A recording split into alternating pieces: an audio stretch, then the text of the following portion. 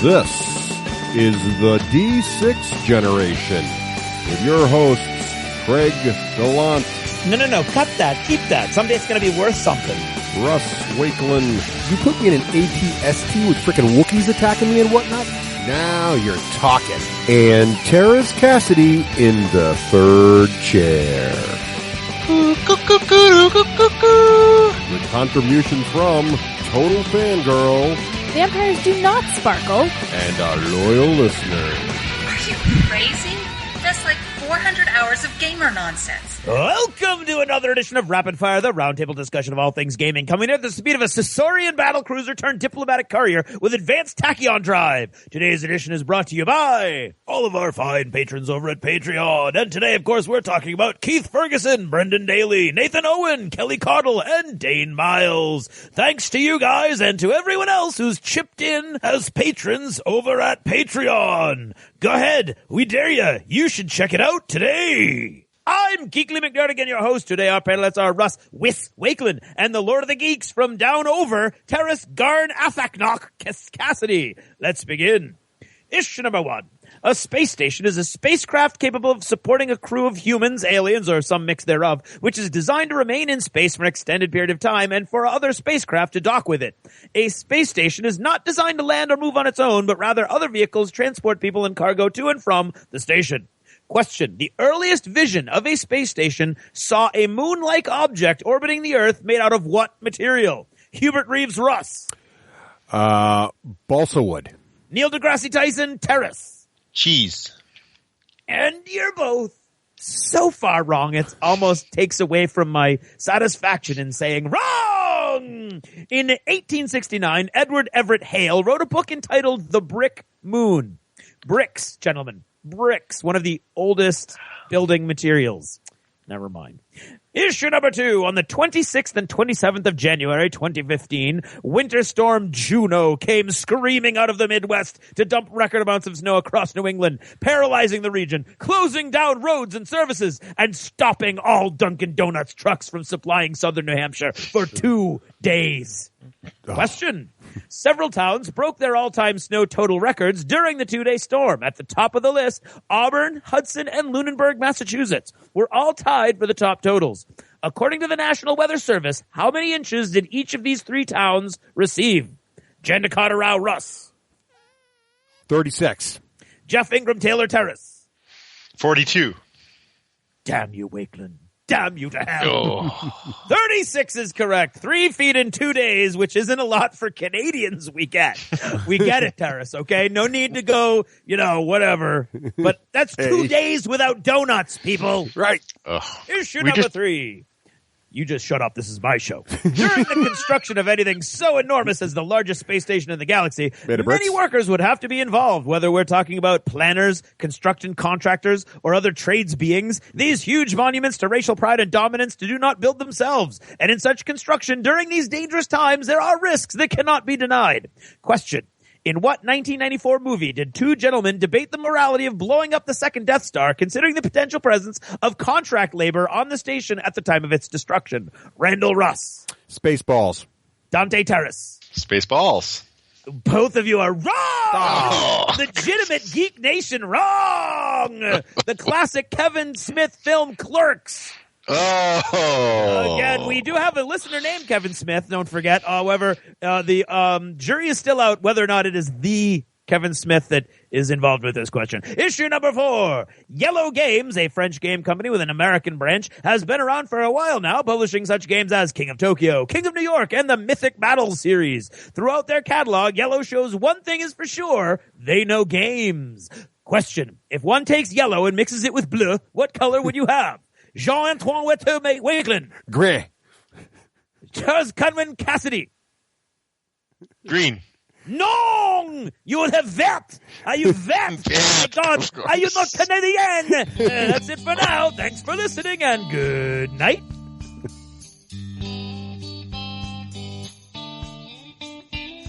This episode of the D6 generation is brought to you by Battle Foam, protecting your army so you don't have to.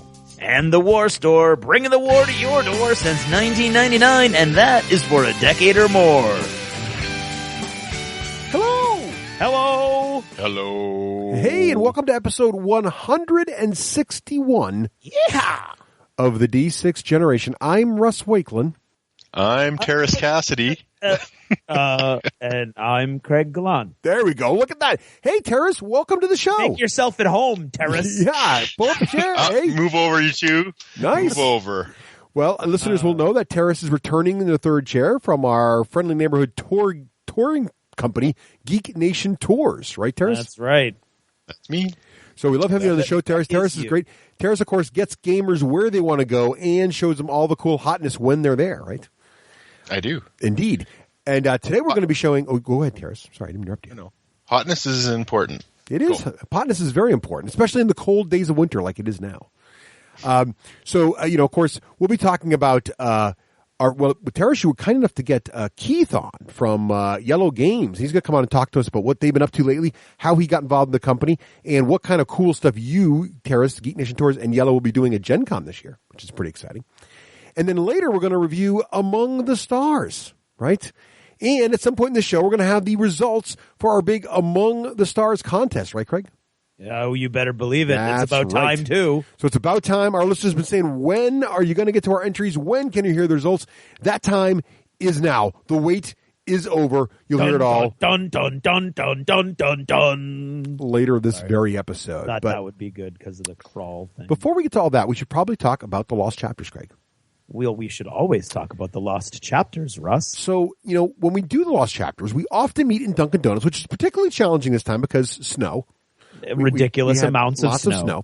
But we did travel through the snow. The anyway. only person who made it there on time was Teras, and I'm convinced he either had a dog sled out back or snowshoes. Yeah, how did you get there so fast, Teras? Those wily Canadians. Snowmobile. The modern. Yes, I've heard of those. Yeah, those are. Ski-doo. Well, Yeah. you have to have it because ours go super fast because you have to mix a little maple syrup with the gasoline. Oh, see, these are Canadian tricks. The maple secret. Is that what keeps it viscous in the cold? Oh, yes. You get there quick. Nice. And it tastes better on pancakes, which I really like. So somehow we all managed to get to Dunkin' Donuts, and we talked about. Do you guys remember, Teras? Do you remember what we talked about in the last chapter? I do remember. I remember we talked about donuts. We did. Oh, there was some gaming element also, of course. Yes. Yeah. Yes. Mostly, Yes, we were talking mostly about- the lack of donuts, though. Yes, the lack of donuts. We were talking about DMing, dungeon mastering. Yeah, It we was very were. good. That And is true. folks have been asking a long time, how we use Realmworks, and so we talked about each of us how we prep for DMing, and then I in particular went into some of the Realmworks tricks I like to use to get the most out of it. So if you're interested in that, please tune in. And Craig, what's the best way folks can check out the Lost Chapters? Well, the best way they can check out the Lost Chapters, Russ, is by joining us and becoming patrons over at patreon.com. Because that means basically what you're doing is you're supporting the show. You're kicking us a couple bucks per episode if that's the level you choose to support us with, which is totally fine. Any amount, big or small, is super, super, super appreciated. It's making all of these things that we're doing possible, which is great, including pulling back a lot of those ads, which it makes our job easier and makes your listening enjoyment better from what you've been telling us. So that's awesome. Russ, what's the best way for them to find the Patreon information? Well, what you want to do is go to our website, the d6generation.com, and click the little Patreon logo. It looks like a little orange circular P sort of thing in the upper right-hand corner there. And that'll take you to our Patreon page, and you'll be able to watch a, moderately well-produced video with Craig and I in it. Wow, that Russ has just redefined the term moderately well produced. Yes, I did. You can watch us there, and you'll again be shown why we really do radio, and learn all about it, and hopefully you can help support the show because we really, really appreciate it, and it makes our lives so much easier. We really want to thank all the great folks at Patreon for helping us do that. So, what's the time now for Craig? Now it's started right about in time for Achievements in Gaming. Boop. My achievement noise is malfunctioning. That's okay. You've been so lax with it. Some listeners have been emailing, thanking us for dropping the achievement noise. See, that's what happens, really. Right. You one slip up and all of a sudden it's an annoying sound. They're just digs out. Mm-hmm. So, any case, so thank you. So, Yep. Achievements in Gaming is brought to us by Adam, who wants to let you know that the Eclectic Gamer has a site that gives personalized board game ratings based on your preferences. Check it all out at tegratings.com. So, Teras, what have you been playing lately? What kind of board games? What have you been playing lately? I have been playing Among the Stars, as a matter of fact. Well, that is fitting. Yes, it is fitting. And it is a great game. My wife even likes it. And she's not really a gamer, so I thought that was a roaring success, to tell you the truth. What else? Oh, I played a couple games of 40K. Not as many games as I'd like to over the holidays, the Christmas and New Year's holidays. Yep. But also playing Eons, the solitaire version of that game. Nice. Oh, cool. Yeah, really enjoying that, actually. Building stars on my own and planets and other stellar objects. I feel fairly godlike when I do that. I actually even sometimes just sweep all of the cards off, like I've just destroyed the universe. It's very liberating. What's that whole playing God thing again? We have talked about it earlier. I know, that's crazy. No, but that's I think that's about it for me. We got a few games in over the Christmas holidays. Nice. King of Tokyo we played several times. King of Tokyo and Yellow. Yeah, that's right. Yeah, and you know what? It's funny because my friends that are my friend's wife really is the gamer and he's not so much. Oh, and but they both requested Yellow when we went over there on Christmas Day. It was very nice to play. Nice. Mm-hmm. Yeah. Cool. So, and that's about it. well, Craig, what have you been playing? Not a lot, Russ. Oh. With a combination of you and Winter Storm Juno conspiring against me. Yeah. There was that one night we were supposed to play Among the Stars. Yes. And I was invited to go to a Red Robin. Now, I've never been to a Red Robin before, so I was intrigued, mainly because of this theme going through my head constantly throughout the day. Red Robin, yum. And so I'd never been, and I was like, what's the yum all about? So I went. And it went a little bit over, and so I was a little bit late, and I showed up to disparaging comments, and Russ took off and said mean things. So yeah, so I didn't game that night. And then, of course, there was a giant storm, and I don't play computer games, so none of us were gaming 2 Tuesdays ago. And then there was this Tuesday where we played Imperial Assault. Our campaign got back on track. We're now seven missions in. And it was a very disheartening session, to be honest, for the rebels this time around, and for me in particular, because I have to say, the missions up until this point were hard. They were challenging. We were kind of like we would win by 1 or 2 spaces, or we would lose by 1 or 2 spaces. We had 2 missions back to back. We had the mission for Garkon's special theme, the Wookiees special theme ability, and Matt made a great point that the missions where you're earning something are much more difficult than the standard missions. I think so. Yeah, and so but it was extremely difficult to the point where I would challenge you, unless you're gonna go in ahead of time, know what the mission is, and max out your party. I really don't think. I mean, it's such an uphill battle. It really was very frustrating, with a lot of frustrating elements built into it that you haven't seen before in any of the other missions. Gun turrets that don't have to worry about range and shoot every turn, and hit you automatically for really, really serious damage. Wow, that seems unusual. There was a lot of stuff that you hadn't seen before. You had to destroy 3 totally different terminals that were at 3 totally different, extreme parts of the board, and then so there was a lot that you had to do, and at the same time you're being shot at. So, it's not that easy. That was really, really hard. We lost that. We didn't even come close. Well, that one maybe we might have been able to pull it off, but it was extremely difficult. And then there's one that the Imperial player can buy, and it costs a lot. Matt's absolutely right. We were whining, I admit it. And Matt was absolutely right. It cost him a lot of his experience to buy. So it basically sucked up half the experience he's been building over the course of 6 missions. So like it cost him a lot. But I would argue that it was an impossible mission. And that's the mission where it's really brutal, which goes against the mission that gains you something should be hard for you. Because I would argue that this mission is almost impossible for the Rebel players to win, because first of all, there's a terminal at one end of the board. You have to activate that terminal, which opens a door at the other end of the board, but at the end of your turn, that door closes again. So you need to spread out. So you need to, not only do you need to spread out, and all of you need to be on the other side of that door when it closes. Oh. So you have to start a turn, and you only have 6 turns, and this terminal is at the opposite end of the board from where you start. You have to start your turn able to interact with that terminal, and then have enough movement to go all the way across the board to get into the door. Meanwhile, you're being attacked by IG-88, which is not something to mess around with. And the threat level that the Imperial player is working with is extremely high. So we ended up fighting 4 different Trandoshans, including 2 elite ones, probe droids up the wazoo. Now, was this the mission where Matt was using probe droids incorrectly? No. This is the first one he was using them correctly. Oh, good. Okay. How do you use a probe droid?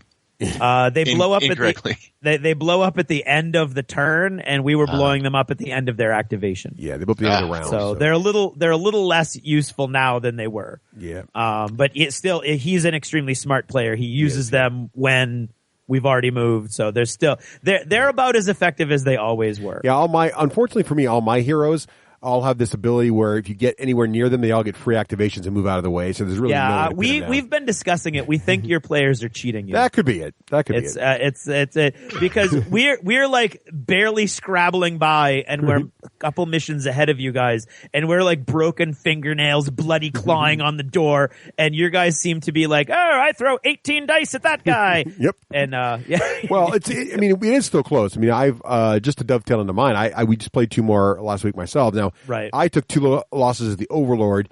One of them was a side mission where I had played the card where if they did not win that mission, I would have received Vader. And true to your theory, Craig, that's a very hard mission for the Imperial. Harder for the Overlord because he's getting Vader, and so that was a hard mission. And they actually took Vader out, which is pretty interesting. The second mission, we would never have been able to do that. We avoided him like the plague because he would have ate our lunch. I did. I kept trying. Vader has a rule in that mission where you can get other guys to absorb fire, but they did a really good job of not letting me do that, and then he killed Vader. But the next mission we played, which was the one where we have to rescue the captured rebel agent from the Imperial prison. Yep. That was a cool one. That one went really long because I almost had them several times. And actually, if it wasn't for a lucky dodge a couple times, I would have had them. So that was a really, really close mission, but they did pull that one out as well. So I'm still finding the game to be really balanced at this point, but we haven't gotten far. Now, also, I noticed you said they did a lot of threats, so it sounds like that one mission you played that was particularly hard also was played in the 7th round, which means they're getting a lot of threat per round also. So maybe sometimes when these missions come up will impact how there's impossible that, they are. There's also, so far, everything that we've seen where if you're going to gain something from the mission, it's really tough. Right. And that was true.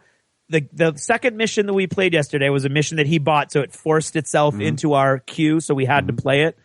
I'm going to say it was a puzzle. It wasn't a tactical or strategic game. Yep. It was a puzzle. You have to have everybody in exactly the right place. I felt like I was in True Dungeon. Yep. Everybody has to be in exactly the right place. Then the guy has to hit the thing. Then the door opens. Then you have 30 seconds for everybody to run through. Which is great if you're not dodging Trandoshans and IG-88 and E-Webs. Really? So that was an extremely difficult, even if it wasn't impossible, which obviously it's not impossible, it wouldn't be in there. It was weighted far more heavily for the Imperial player than against. And the benefit he gets now is that for the rest of the campaign, whenever we're wounded, every time we attack, we do 1 less damage. Nice. I like that huge. mission. That is a huge, huge hit on the rebels. So to me, because we spend a lot of time. Well, wounding the rebels is kind of hard, but we've been spending. I don't know. I have no idea. Maybe we just suck. That could be too. I don't know. That's really good. I mean, I'm not nearly the. No, I mean, Matt is an excellent player.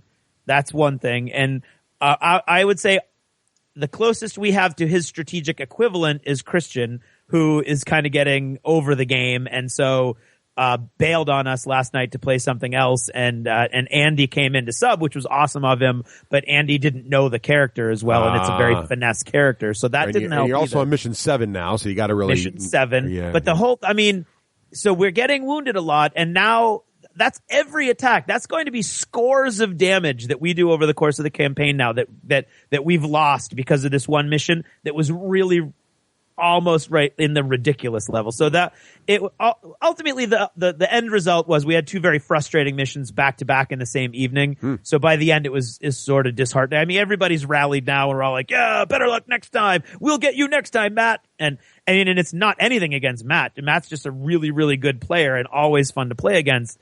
It's just, it was 2 very frustrating missions, and that I don't like puzzle games. Like, I know puzzle games are huge and that's a totally valid way to design a game or a mission. I'm not attacking the game. It's just, I don't enjoy puzzle games. So when the missions turned from strategic and tactical puzzles, if you will, to a legitimate actual move the pieces puzzle, I really, that's not really where I gain my excitement, sort of. Really? So we had a frustrating night, but we're all back. We're back. I mean, of course, there's like 8 billion D&D off-site games and now, so we'll play in 2016 or 17 and we'll have another couple games under our belt. But yeah, so it's we're still going strong. We lost 2, losing 2 though. I mean, we've won 3, he's won 4, so it's not like anybody's getting a walkover. Right. It was just those 2 missions back to back on the same night kind of stuck us a little bit. But anyway, that's all I've done. Russ, why don't you fill in the blanks for other than what you did with Imperial Assault? Yeah, so I played Imperial Assault and lost. But then I played for Super Bowl Sunday. I went over to Craig mentioned our friend Christian, and he was hosting Super Bowl Sunday, so I went over there. And of course, I'm not huge into the sports ball, although it was a particularly good game to watch. Oh, that is so precious. However, I did enjoy. I don't really understand why they don't use the same ball the whole game, and that if someone has a slightly different ball, it affects the other team. I don't understand all that. No. So like, okay, caveman lawyer, right? I don't understand your strange football ways. Yeah. Teras, do you understand our strange football ways? No. Okay, good. Just check. No, that's why you play a game called soccer up there. I understand, but I don't understand Canadian football ways either. Okay, so. well, that's good. Yeah. But I do, however, played Machi Koro, more of that. Introduced my daughter to that. She really enjoyed it. We kind of cheated. So Christian has the game, and he got all the expansions lately. And so I couldn't be bothered with reading the rules for the expansion. Of course not. No, I mean, that's too distracting. You want to get these things going. So yeah. So it's no fun reading the rules. Yeah, right. So the basic game of Machi Koro has, you put all the cards in the middle except for the starting card and you get going. So I just figured, well, the expansion, you put all those in the middle too. What you're actually supposed to do is sort of like randomly select certain cards for the middle. So, but we played with all the possible cards, which is kind of cool actually. So we had like sushi shacks and there's all kinds of cards that are actually much more evil than in the original game. A lot of fun though. I had a good time. I completely lost that game, so I don't feel bad at all about playing with no legal rules whatsoever. But it was good times. And then also we've been continuing our Pathfinder card game. Really enjoying that as well, that campaign. So that's been a blast too. And it's funny. Adam, who's in that, listened to our last episode where we were talking about dungeon crawls, and he had asked me, he said, why didn't Pathfinder, the card game, count as a dungeon crawl? And I was like, that's kind of a good point, because it's simulating a dungeon crawl with cards. So just because it doesn't have actual dungeon tiles and miniatures, does that make it not a dungeon crawl? I don't know. It would to me. I don't enjoy card games. So, but I mean, that doesn't necessarily make it not a dungeon crawl. Is Cutthroat Caverns a dungeon crawl? No, I don't feel it is. So anyway. Really? I would think it would. See, I know, right? See, these are the it's just me. It's me. And I like Cutthroat Caverns, so I've obviously I don't dislike all card games. But yeah, to me, a dungeon crawl is something that's the next step. I mean, one step away from an RPG, I guess. Right. So you need miniatures. For me, but that's just me. I'm not defining it for anybody else. All right. Oh, so you think a card game is a further step away than like a miniatures game or something? To me, it would be. Yeah. To me, it would be. Yeah. It would be that one extra step that would take it away from a dungeon crawl for me. What about? But that's just me. What about the people who play RPGs with no miniatures? Good luck to them. I mean, we did that with Right. with that's how I started Firefly. off. That's what I'm saying. So would a card That's how game we started be off. We farther didn't away have any from that? miniatures. But then you know what? That's not a dungeon crawl. You don't generally do a dungeon crawl role playing game without miniatures. Why not? No. All right. No, to me you don't. But then again, I'm the guy who spent $1,000 on Dwarven Forge. So, you know, I mean, You must if be anybody biased. suggests we do a dungeon crawl without terrain, I'm going to throw something at them. It's going to be a big giant dwarvenite chunk. Right. That makes sense. So, like, if you were playing D&D without any miniatures, that's not a dungeon crawl. Is that what you're saying? No, it would. That's what I heard. I just don't see why I would want to do that. I see.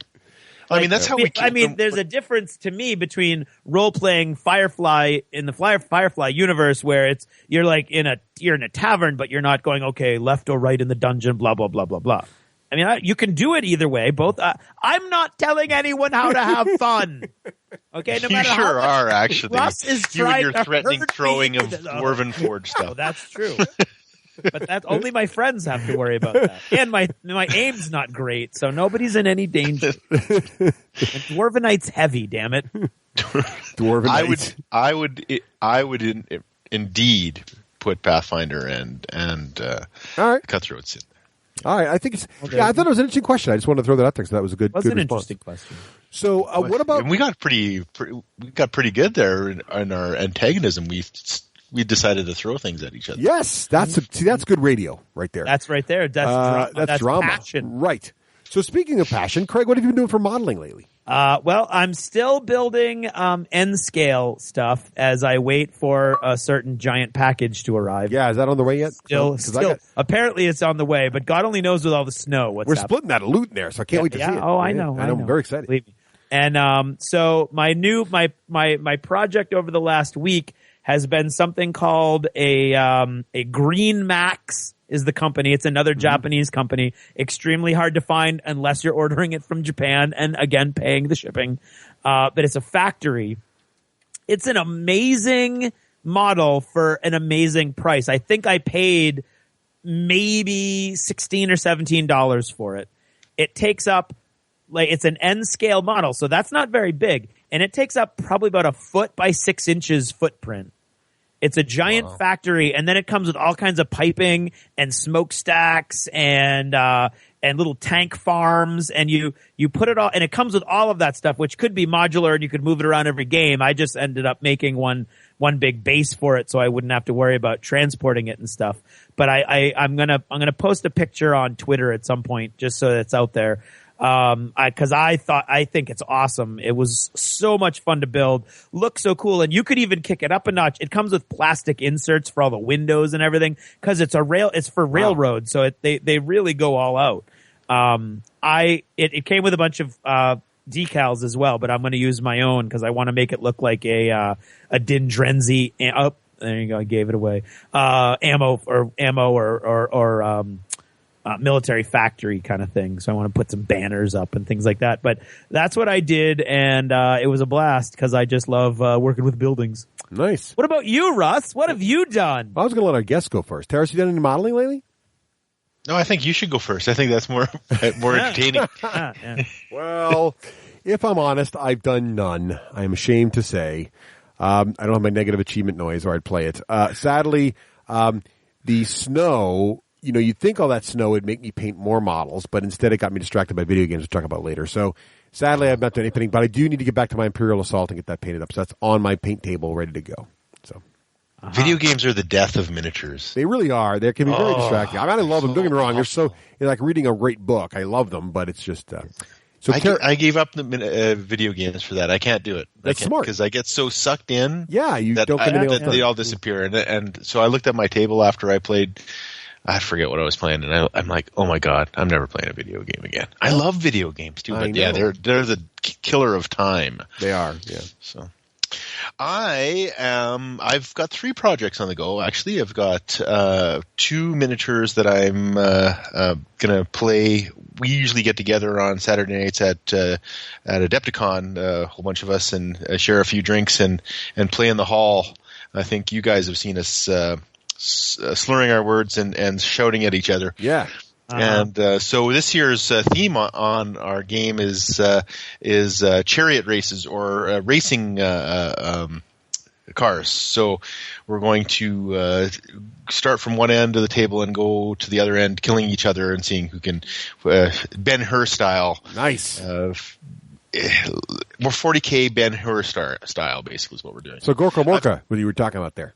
What's that? You're talking about Gorka Morka, basically. Yeah, basically, yes. Yeah, exactly. That's the stuff I love. And yeah, that was a great game. I don't know why they don't. It was a great game. That could be a re-release, Craig. That could be a re-release GW turned into a board game. Awesome.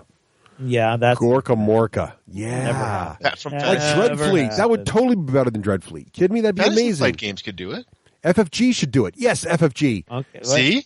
FFG might do it. GW is never going to make do the cars small so that like their little Matchbox car size in your Right. game. You have a game board where you drive around like Mad Max style and blow each other up, and you have you can gear your cars up, and it's full of orcs. And oh my god, that'd be awesome. Can you flick them? Maybe there could be some sort of Sure, make it a dexterity game. What the heck? Why not? And then you can have if you have the balls, the swinging balls on your car, you can flick that on the other. I think Craig has cars. the balls. I think he does. What? I have what? The balls. You have them. Don't you have those? What? Nothing. All right, Teras. What else? Anyway, so I'm doing two things for that. I'm doing a Disc of Sneech with a wizard on top, a Space Marine wizard, or a sorcerer. Yep. And a Mauler Fiend that I've converted from a spiked Chaos spawn from Forge World and put on the Mauler Fiend's tentacles onto that. Ooh. And big claws from a certain badass orc on his front paws. Have you tweeted that picture, Teras? I think you should tweet that. I want to see him. Okay, sure. Tweet him on GNT. That would be great. It'd be great. I've got some paint on him and some paint on the disc. Nice. And I'm also doing a ogre army. So cool. this is ogres from Norsica, so they're Vikings, and Dave Taylor helped me out with the helms, and they're bootied out with a whole bunch of Space Wolf. Whoa! Family show. He said booty. With a bunch of Space Wolf. Hey now, ease up. Their belly. They got the midriff T-shirts on. Oh. And no, they don't. But they had their belly plate is a Space Wolf Terminator. Cool.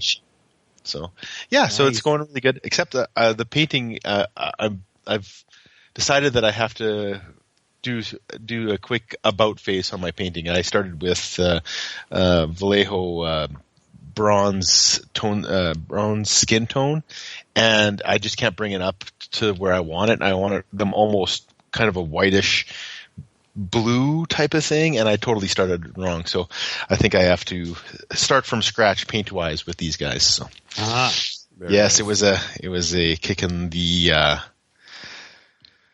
privates. Wow. Yeah, I can imagine. Yeah. Ouch. So that's where I'm at. Well, that takes care of modeling. Then nice, Teras. That's pretty impressive. Yeah, definitely tweet some pictures. I'd love to see some of those conversions. This is awesome. Sure. I will do so. All right. What about other random geeky stuff? Books, movies, video games? Well, I think you should go first here, Russ, because you've been deferring. Yeah. Tonight. So I did a lot of Dragon Age. I finally finished Dragon Age Inquisition, which I really liked. And both my daughters played through it as well. So it's cool because this game's got all these different complicated endings that can happen based on what you do. So it's really cool to see all the 3 different endings and how everything came together. So it's cool. And then I mentioned the last app of the ep. I have started playing Assassin's Creed Unity. Now, this is the game that got kind of panned because it had a lot of bugs in it when it first came out back in November. But I haven't played it since November because I was playing Dragon Age Inquisition. And since then, they've patched it. And I am really, really enjoying the single player. Also, the multiplayer is a lot of fun, but that part is still very, very buggy, unfortunately. So, but the parts that work are fantastic, and I'm actually really, really enjoying the game. It's still as much as the other Assassin's Creed games, although I think I still like Black Flag the most because pirate. But yeah, so I really like that. Also, I have watched now more than 15 minutes of Librarians. the librarians. Uh-huh. I have now actually caught up on the series. So I'm now all caught up. I think I'm not sure if I'm the end of the season or if I'm just all caught up. I don't know. The last episode was January 18th, so I don't know if they're taking a break or whatever. But I'm still loving it. So have you seen it yet, Craig? No, I have not tried. Now, it's definitely... Teras, have you seen this show, The Librarians? No. So it's definitely a little bit... I've seen yes, I've heard about it.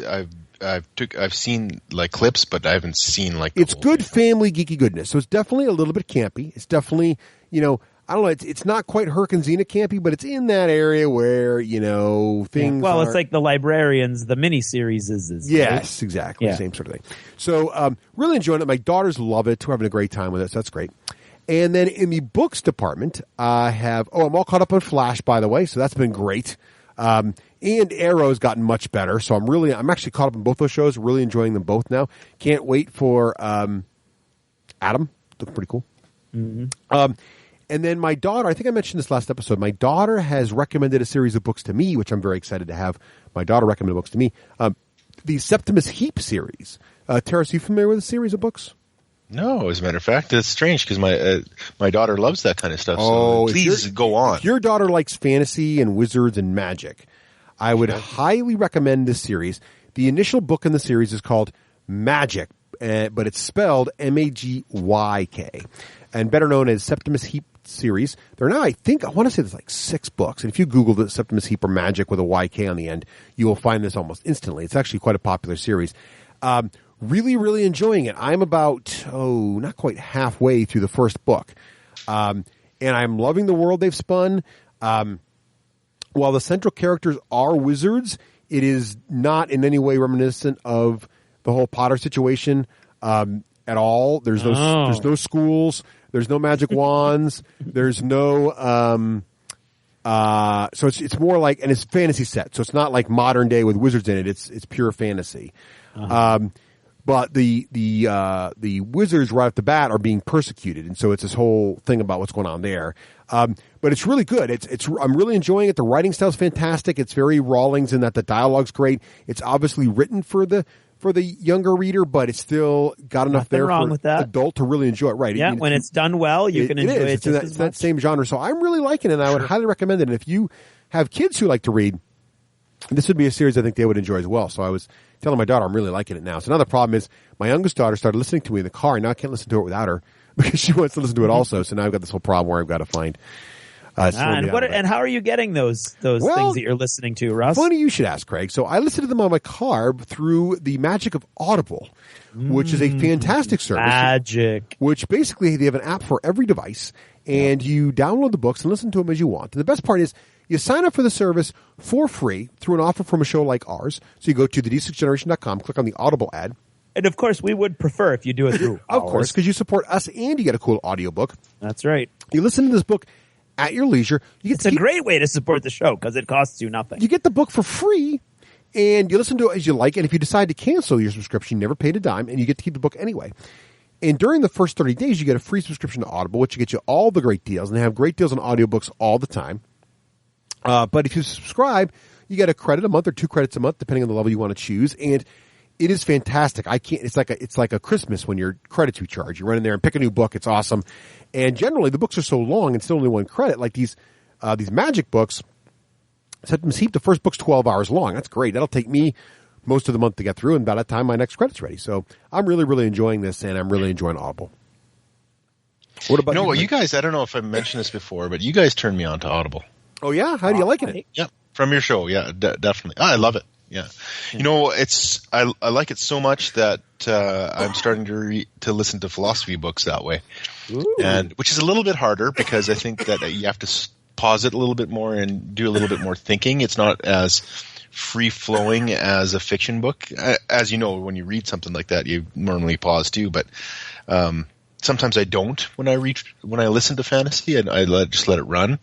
But I will pause, and it's a little bit more work in the sense of how you listen to it. But yeah, I've even started to listen to little philosophy books like that too. And thank you. That's because of you guys. I'm glad you're joining. I love it. Thank you. We appreciate that. So Craig, what have you been reading awesome. and doing lately? Well, speaking of Audible, of course, you had Brandon Sanderson's first comic book quote unquote comic book superhero novel Steelheart we listened to a while ago. Did you listen to that, Russ? I did not. It's good. I listened to that a while ago. Well, he just came out. He actually did a little short story, which we talked about last episode, and called Mitosis. And I just finished Firefight, the latest full-length novel, which had a really cool ending. It's very good. It's getting deeper. The original book was a little like, bang, bang, shoot 'em up without a lot of plot. This one got a lot deeper with plot and characters, so it was very cool. At the end of it, I'll explain why in a second. I was very Game of Thrones-ish, and I went, you know what? Last time I listened to Game of Thrones, I wasn't on Audible yet, so I was getting them from the library for free, but then you don't have them, and now I need to go get them again. And now it's been so long because I've been doing Audible that I would have to go get a new card and blah, blah, blah. So I went and I looked at the Game of Thrones audiobook, and huzzah, it's only 1 credit now, which we thought was the case because it used to be 2 credits. Right. So now it's 1 credit, so I just downloaded that. So that's probably going to take me about a month, so that'll be good. And speaking of Game of Thrones, many people now know, and it's going to be too late for you to when you're hearing this, but you know what? You should have followed me on Twitter because then you would have known that the producers took and remastered the last 2 episodes of last season into a 2-hour movie, basically IMAX movie. Ooh. And it's been playing around the country for a week. Did you see it? Here's the deal. I was all ready to go Monday night. It was done. Everything was set. Karen had given her okay. She'd got her shift covered. Pete actually, it was Pete's idea. He's the one who told me about it in the first place. In advance of that, I watched the first 8 episodes of last season. And the reason I only got 1 building complex done modeling wise is because normally I model and I paint and I watch TV. This time around, I was like, you know what? I have never watched the Game of Thrones TV show without doing something. Mm-hmm. So I wanted to just watch it without fully engaged. Oh my God, that is a dark show. You noticed? Huh? You were doing something else. You understand what kind of a buffer, an emotional buffer it is to be painting a model and then looking up every now and then. So you're missing about half the visuals. Right. Holy crap! Yeah, sure. I feel like I needed some sort of medication after each episode. But awesome. Yeah. So I mean, obviously, I wasn't fully engaged in the modeling while I was watching it. For long stretches of time, I would just watch.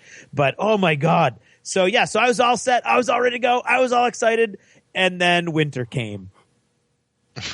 Yeah, well, it is coming. It is coming. No. It came because that was the second big snowstorm. Oh, right. And we got a foot of snow this week, and it shut down everything. And it did not shut down the movie theater. It just made the roads so impassable around here that I couldn't get out of here. Pete couldn't get out of his house, so I didn't go get to see it. Aww. So I am looking at the website now, and it's open again tomorrow. So I'm thinking about maybe it's been a bad week, and Karen's usually very good about when I have a bad week. She kind of gives me a little leeway on my schedule. So I might try to go see it tomorrow because I have since watched the last 2 episodes because I was like, I'll never see the IMAX version now. And oh my God, they are so visually stunning and amazing that I can only imagine what that huge battle on the wall would look like in IMAX. So that's what I'm gonna hope to be able to do that. But right now I'm not. So that was sad because winter came. See, that's my big one. And finally, I'm going to talk because Russ talked about Gallivant after watching it for 20 minutes. Yes. And I have now watched it all the way to the end. Well, God bless you. Okay. And I will say that you got to watch it on TiVo so you can fast forward, or your DVR so you can fast forward through the commercials because he's right. There's an ungodly amount of them. Although, blessedly, none of them are singing commercials after the first day. Well, I don't think. Like I said, I don't watch them, but I don't think they were. I will say that it did get a little more amusing when the big name stars started making their cameos. Mm-hmm. But I will also say the only time I laughed out loud in the whole show was the last joke of the entire season. Uh-huh. And that would be fans of Psych. No, Timothy Amundsen. Yes. Who played, what did he play? I can't remember. Carlton. He played Carlton. Yeah. And he's awesome. He's very funny. He's the king in this show. He's the king in Gallivant. He's moderately funny as Gallivant. I thought it was a little muggy. Yeah. You know, it's a little over the top. I don't blame him. I blame the director because everybody. No. I know who you blame for the 20 minutes that you saw. Hey, okay. Does it get better? Just tell me that. Yeah. I like I said, it got moderately better. It got mildly amusing. It wasn't like huge. To me, it wasn't what it wanted it to be. It wasn't this great thing. But it is in the 80s on Rotten Tomatoes. So look, if it's a comedy and you only laugh once, there might be something wrong. No, that's what I'm saying. But it was very funny. He had Timothy Amundsen had a line at the end where he's being forced with Gallivant to go off on a new adventure. Yeah. And he's like, come on, this is going to be great. It's going to be a buddy, I don't know what, ballad?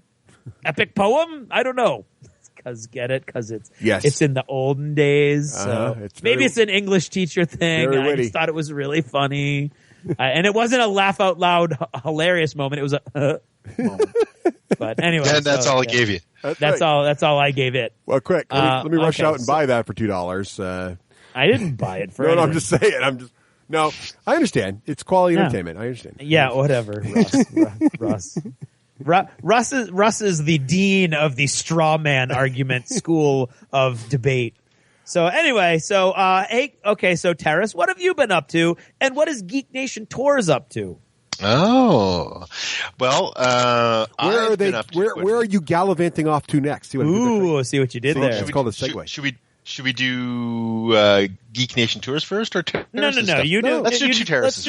Let's do Terraces. Yes. It really bugs me when Canadians refer to themselves in the third person. Terraces stuff, eh? Oh, there we go. Hit all the buttons. FYI, full disclosure, I'm half French Canadian. Okay, I'm eating soup pouton right now, so just saying. Oh yeah. All right. Poutine? That's the one. Way to go, Russ. How international can you get? I'm not. I'm from the United States. See, this is how I pronounce these things. You know? Wow. By the way, the show we were just discussing is Gallivant. Just saying. And you know what? You guys really have to stop complaining about your snow, or we're going to have to come down there and save you guys with our snowmobiles and dog sleds. Right. And really, if it gets bad, you know that on your way to the theater that you could have made an igloo and not had to said that. I said that last night, and everybody was like not believing me about how igloos work. I was like, seriously, did you not go to the second grade? They don't think to keep you warm? What, do people not understand igloos? No, none of them believe me. Dave actually said, no way in an igloo does it stay 32 degrees. What? I was like, it's warmer than 32 degrees. No way. What about the wind? I was like, there's no wind in an igloo. But anyway, go ahead. What? Yes, the thing is that the whole thing is that you take off your clothes in the igloo and then run out and get cold outside and then run back in the nice. I'm not sure I heard. I don't think I heard that part. That might be the Canadian part that confuses me. This is where the cultural difference, Teras, starts to separate us. That's right. All right, we'll teach you. If you guys keep on getting these storms, we'll come down and teach you. That's help good. You out. Okay, fair enough. Listening, you guys were talking a lot about Audible. I listened to one over the holidays here. I listened to No Fear, the Horus Heresy book. Oh, yes. Oh, cool. And they do Audible, right? You can't get Horus Heresy through the Audible. No, but it only comes through Black Library. But man, Black Library does audiobooks the right way. They do, yeah. Sound effects, multiple actors, the whole 9 yards. This one in particular was really well done, audio wise, and I think it's one of my favorite of the Horus Heresy books. To tell you the truth, now that I've got through that one, it was amazing. Makes me actually. That's the Ultramarines. Yeah, the Ultramarines on the ground. Yeah, and at one point a giant spaceship crashes on. Yeah, that's one of my favorites too. That's an awesome book. Yeah, and Abnett really does a great job with. He does. Taking a whole bunch of life and yes, he does. Wow. Yeah, his body count is high. Yes. Yes, very, very high. Also, 40K. I was able to read Graham McNeil's Priests and Lords of Mars. Very good, excellent book. Kind of like a science fiction in the 40K universe. I know that sounds really strange, but it's they go out and explore. It's almost got not a Star Trek feel, but kind of like that. They're going out to take a look at a certain region of space, and it's got this really kind of cool vibe that you don't really get in a lot of 40K books. So I recommend that one. Reading the Sioux War of 1876, so I can get all brushed up for our Little Bighorn release tour in 2016. Right. Everybody listen to Teras doing his homework, folks. Yes, man. Yes, try to brush up on that one. Yeah. And a good friend of mine, Daryl Cardiff, recommended that one. Very good, excellent book, actually, if you're interested in Little Bighorn and that whole time period. We, as a family, did a lot of watching TV and movies is what we do around the Christmas holidays. And I was able to sneak in a couple old ones. We watched iRobot, which is not too old, but then we watched Contact also. And Back to the Future, all three of the Back to the Futures. So that was a lot of fun. And we watched Captain America: Winter Soldier and the Avengers, and then we watched all of Agents of S.H.I.E.L.D. Wow, nice. You've been busy watching a lot. Yeah, that's unprecedented. We hardly watch any TV in our house. So and of course a little bit of Arrow also. So, but I really loved S.H.I.E.L.D. Agents of S.H.I.E.L.D. I did too. I like it a lot. Yeah, I was surprised. I think I like Agent Carter better, but I like Agents of S.H.I.E.L.D. a lot. Yeah, you know what? I think I watched in the right order, though, because we rewatched the Avengers and then rewatched Captain America then watched Agents of S.H.I.E.L.D. So I think that was really important to do it that way. But I really loved it a lot. I actually like it better than Arrow, to tell you the truth, at this particular point. Agents of S.H.I.E.L.D. is better than Arrow. I agree.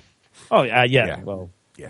Agreed. Really? That's interesting that you should say that. So, I'm right up front with Arrow being my guilty pleasure. Arrow's. I like Arrow, but it's had some weak season moments, and it's also sort of angsty for my taste. I don't see that as a negative, but anyway.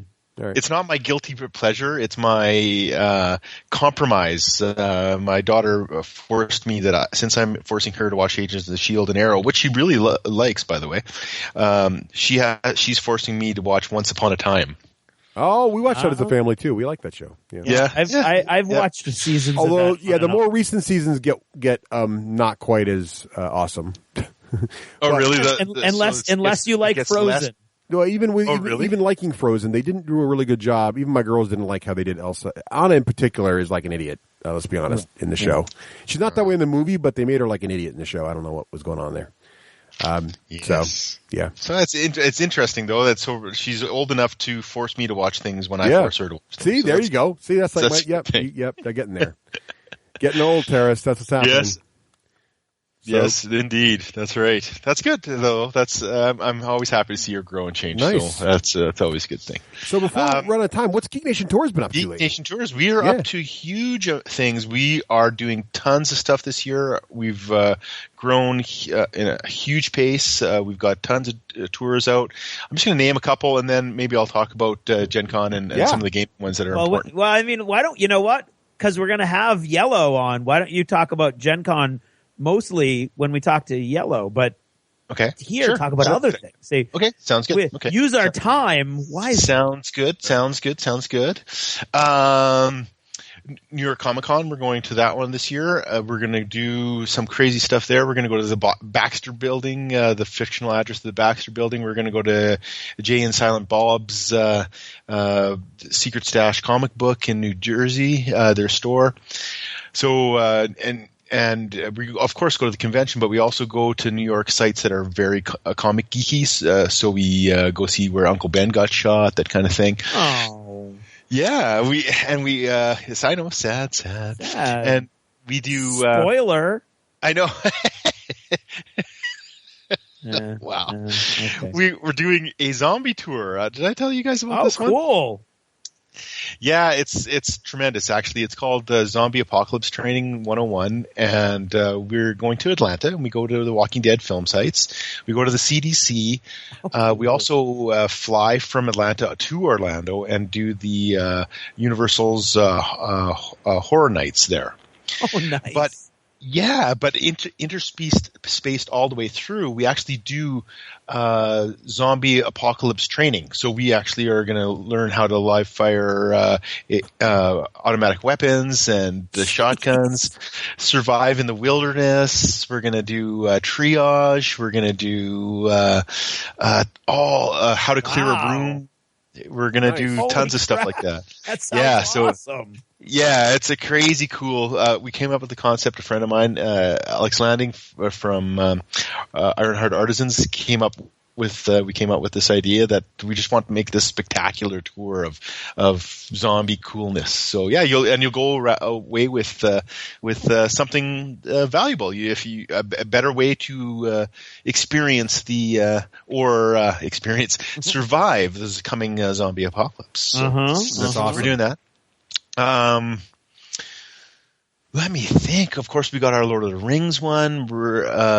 We've got our Sherlock one. We've got a Harry Potter one coming up. You are traveling. Yeah, we're thinking of a Hunger Games one. Oh, cool. Actually, what would that look like?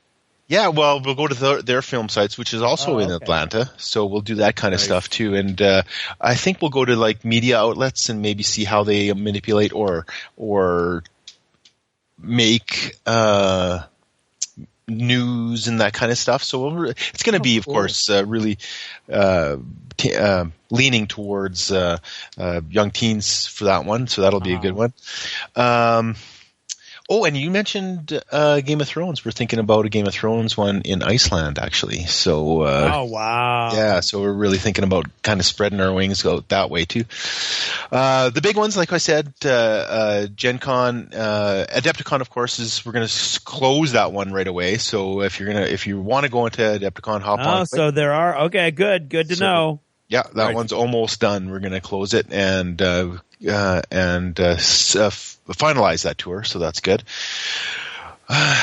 Gen Con, we're going to have tons of good, cool stuff, but we'll talk about that, about private gaming rooms and all sorts of goodness there.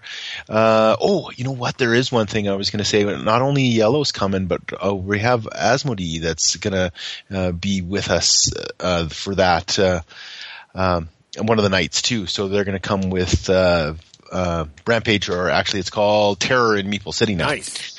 So yeah, they're going to come too. So we're really interested in talking to them and see if we can get some information about their mergers that they're taking over the gaming world by storm. So we're really interested in talking to those guys. Cool. And lastly, we just last week released our Essen tour. Oh, nice. So yeah, this one's going to be spectacular. We land in Munich and we go to the Oktoberfest. So Oktoberfest is part of the tour itself. We play games all the way through every night. We go to Neuschwanstein. Nice. We go to Ludofact, which is a factory just outside of Stuttgart that makes games. So we'll see how games are made in a factory that makes games. It's kind of like going to Volkswagen. It's like that clean type of factory thing, but they load games and get games off to us. So we're really interested in going to see that. We go to tons of sightseeing places. I'm not even going to name them all, but we go down the Rhine and make our way up to Essen. Yeah, it's going to be a very beautiful tour. And these tours, every night. They're getting better and better. They're getting better and better. Really? Thank you. I do think that they're getting better. I do. Just like this one here, I've loaded it full of gaming stuff too. Like it really has, like, we're going to see cool German stuff all the way through, but hopefully we're going to get the German community to come by and do some games with us, and we'll have featured game nights each night. We'll have games that are very much kind of a German, not necessarily German. They come from Germany, but they have a German theme to them. So, Thurn and Taxis is a good example of that kind of thing. So just something that's kind of out of a German theme, but is a game in itself. So, yeah, and that's, I think that's about it. I don't want to go on. I mean, that's awesome, Teras. With so much good stuff. We'll catch up more later when we talk with the Yellow guys. For sure. Yeah, sure. Yep. But by all means. That is indeed a heck of an achievement, but is that all of our achievements, gentlemen? I believe that is achievements. I'm achieved out. Whew. I'm achieved. Ooh, achievoed out. Yeah. There was no blinging. I didn't get any blings. You got some blanks. Wait. Before we go, I'm going to give Teras the bling. Here it is. Ready? There we go. Ah, there's the bling. Yes, I feel much better now. Thank you.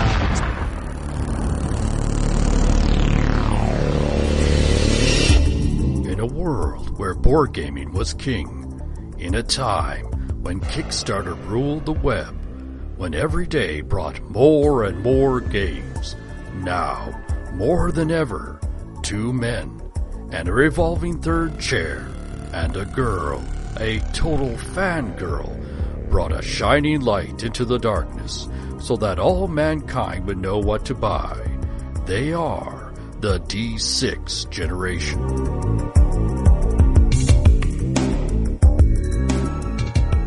Yeehaw, partner. Yes. That means it's time to talk about Wild West Exodus. That's right. I'm over here at wildwestexodus.com, Craig. Yes. And I am looking at the hotness over here right now. The Holy Order appears to be really, really looking good. I'm loving the Spartan looking dudes with shotguns. What's Yeah, well, for complete disclosure, of course, is that I do a lot of the writing for Wild West Exodus. I will tell you that these guys are one of my favorite factions because they kind of like fall out of the mainstream. Yeah. So they're basically the group that's there to save humanity from the Dark Council. There's a novel that I wrote that just came out over the summer called Bastion, which introduces them and has a whole raft of information that was never revealed before about exactly who the Dark Council is and where they're coming from. So these guys have this archaic armor because they've basically been around since before humanity even. These are like the first human organizations. They had Atlantis is tied to these guys, and so everything they have is very cool and baroque and ornate. It looks like it too. I'm loving they have this cool thing on their site, which is awesome. When you click on one of their pictures, you then get a magnifying glass mode. You can zoom in and really see the detail. And that's one of the things that's amazing about the Wild West Exodus miniatures is all the great detail on, like, you can not only see these guys' helmets, they have like, and you're right, Craig, it looks sort of Atlantean or like Sparta, some kind of combination of ancient Greek and sci-fi. They wanted to bring in a bunch of ancient it's effects. So sweet, all these kind of runes and glyphs all over them, and then they've got like sort of the Roman-style bristle, what do you call those things on the top of your helmet, Craig? Those little bristle brush things? That would be the crest. Thank you, yes. The crest looks really amazing stuff, so you got to check it all out. The models, and that's the thing that's awesome. It's such an eclectic collection of awesome factions, from your Native American looking guys to your Civil War era stuff to your cowboys, and then now you've got these awesome ancient sort of Spartan Atlantean looking dudes. Just amazing, Craig. Yeah, and now we wouldn't be doing the Wild West miniatures any great service if we didn't mention now that probably right around the time, you have a couple weeks from when you hear this, they're actually going to launch their second Kickstarter. Ooh. Which is totally news to me, actually. Yeah. That they're calling it Unfinished Business. Oh. And it's actually going to bring to life the last four factions, including the Confederate Rebellion, the Dark Nation. What happens when the Warrior Nation turns to darkness? Nice. The Mexican Golden Army and the Watchers, those super bad guys that work for the Dark Council. That's actually going to bring the total faction count of this ridiculous game to 10. Nice. That is awesome. So look for that coming soon. And until then, look at these Holy Order models. Holy Order. Yeah. Check them all out at wildwestexodus.com. Yeah.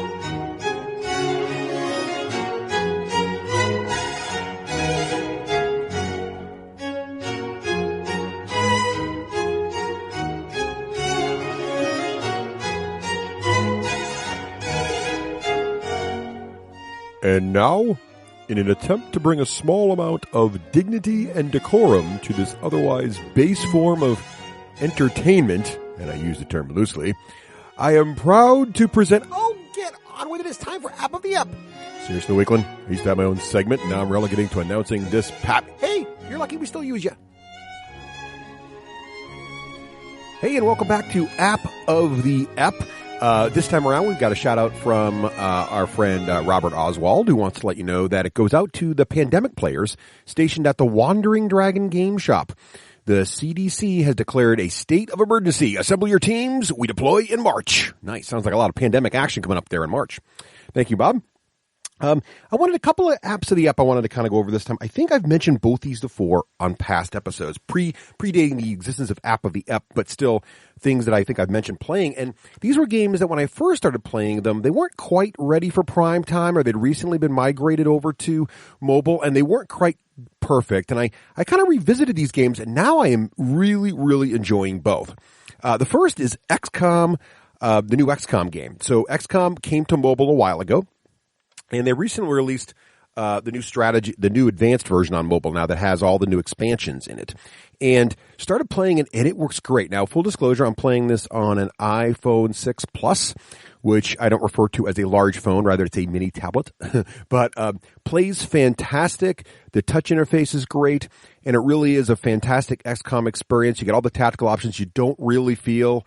Only a couple places when you really zoomed in and equipping the troops, you feel like the graphics are a little toned down, maybe a little bit for mobile, but otherwise, plays great. It's got all the full features of the game. You really forget you're on your phone, and you really feel like you're in front of your PC getting a full tactical experience. It is fantastic. So it's a little pricey, but totally worth it if you're an XCOM fan. And after having recently played the XCOM board game, I just got jonesing for playing the game again. And, sitting down in front of your computer, and what I like about the phone version is you play a few turns, you pause it, you play a few turns and pause it. So, because it's turn-based, it works great in that medium. So, definitely, if you haven't looked at XCOM on the phone in a while, or if you've never had the pleasure of experiencing XCOM, you will not be disappointed. Check it out. The other game I revisited, I think I've talked about this in the past. This is a great one for any Star Trek fans, and that is Star Command. It's one word, Star Command, on iOS and Android and on PC. And I played it on PC, really enjoyed it, but it's the kind of thing where you got to be in front of your PC to play it. And then it came out for iOS. It was a little clunky. Now it's really, really nice on iOS. The game's matured quite a bit. Plays great. So what is Star Command? If you don't remember, this is the game where you're actually, it's 8-bit graphics, but don't let that take away from it. I know a lot of people do like 8-bit, but really you forget that instantly. And really what's happening is it shows an isometric cutaway view of your spaceship. So you're commanding a large star vessel with multiple rooms in it, and you recruit different crew members from different races to help you run the ship. And then you build out different rooms in your ship. So you might decide that you always have a bridge and engine room, but you might decide that you wanted a shield booster as opposed to a med bay. Or you might decide the kind of weapons you want to put on your ship. Maybe you want to put a laser on there and a machine gun, or maybe you'd rather have plasma torpedoes and these kind of things. And then after you build the rooms, you get to upgrade them. Now, of course, you then travel forth into the galaxy and fight bad guys, rescue people. There's boarding actions. There's shields to use. You'll see your people will die, and you'll be really upset because that guy's leveled up 16 times. He's a really good engineer, and your chief engineer dies, and you're bummed out about having to fix him, get him back, and re-recruit a new engineer. It's really great.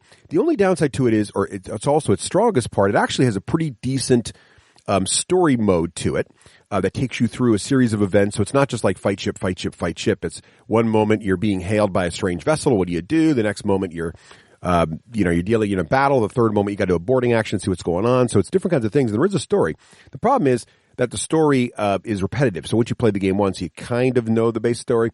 But they're adding a lot of interesting expansions and other options to the game. Really worth checking out.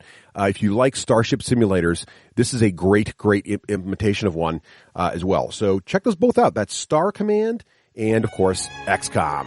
Till next time.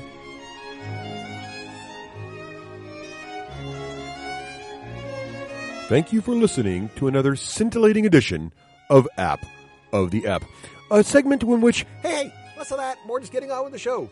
Seriously, Wakeland, you are like school in summer. No class.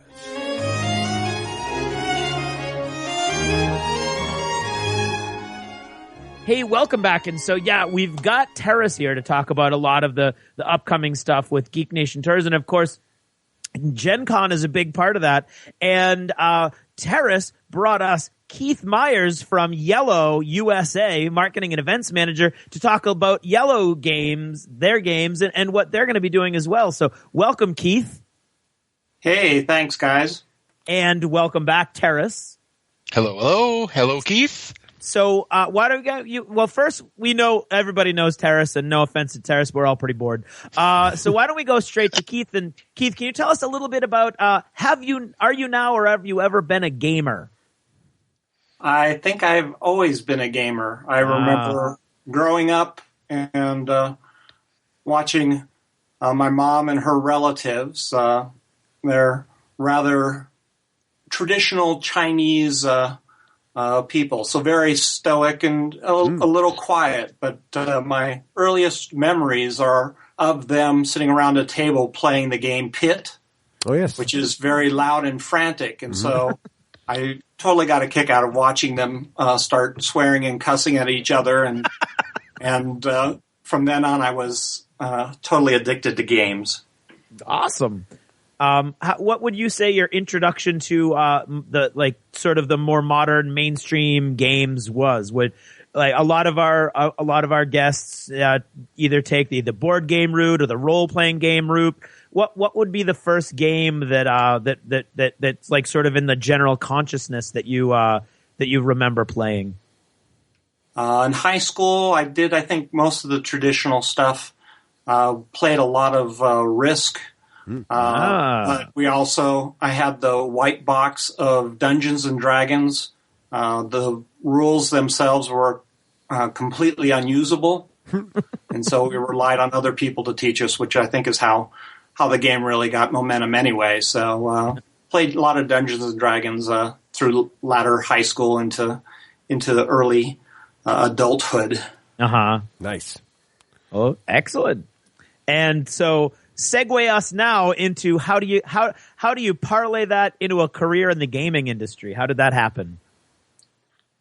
I was working at a university and a little fed up with my job. I think a lot of people can relate to that. And I had a game idea, and I looked in the phone book, and lo and behold, there were 2 board game companies in my city. I called up one of them, and he had invented Santa Barbapoly, which was the only game he was ever going to make. Okay. And the other person had an actual small niche market, but a small board game company. I, over the phone, pitched him my idea. He did not like it at all, but he liked me. And so he hired me to write some rules for some stuff he was doing, and that turned into a 50% job and then a full-time job. And then he happened to be married to the owner of the Gamekeeper, which I don't know where you guys are physically from, but Gamekeeper was a very large chain of retail game stores, which eventually got bought by Wizards of the Coast and eventually got bought by Hasbro. So that was a long journey, and about 27 years ago, it all got started. Wow. All right. Nice. And did that become iello? Is that the company you joined, or is that a different company?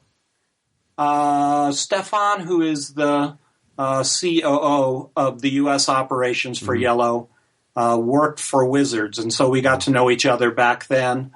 After I parted ways with the Gamekeeper when Wizards had it, I started designing board games full-time, luckily enough. Had a few good successes, and but Stefan and I stayed in touch. And as the U.S. operations continued to grow, he kept me in mind for the position I have now, which is marketing and events, which is what I did for the Gamekeeper.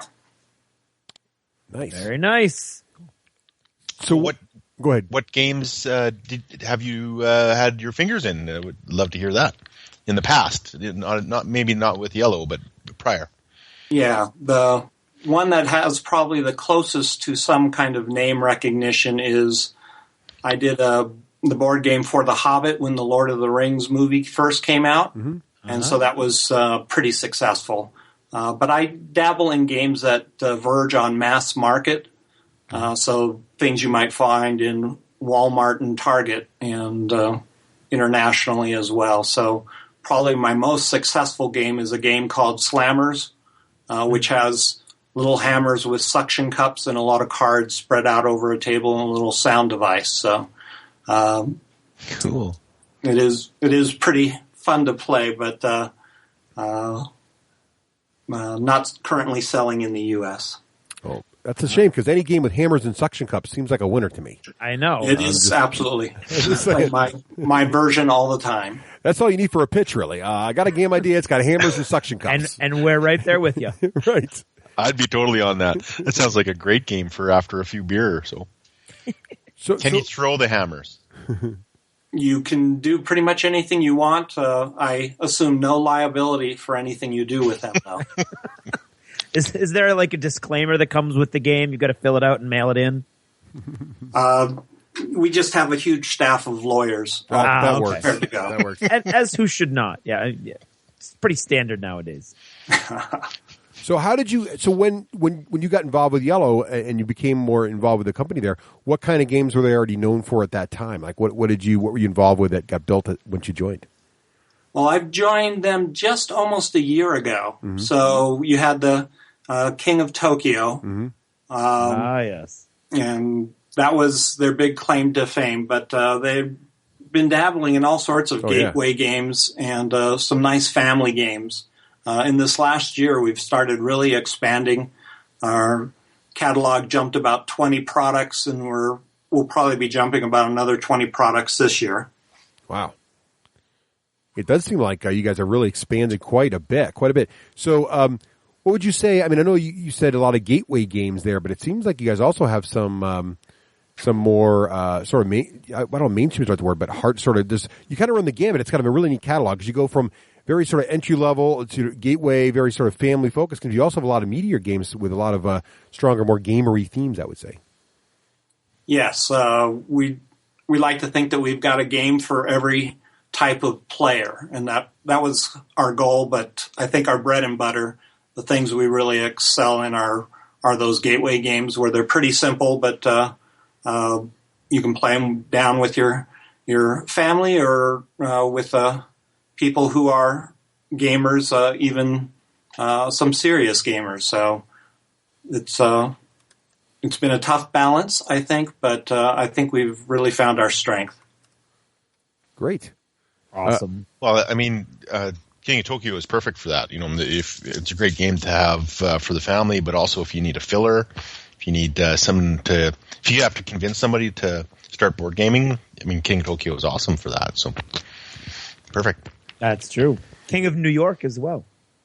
Yes. Even a little more miniature-y, so you get even more cool stuff in there with the tokens and everything.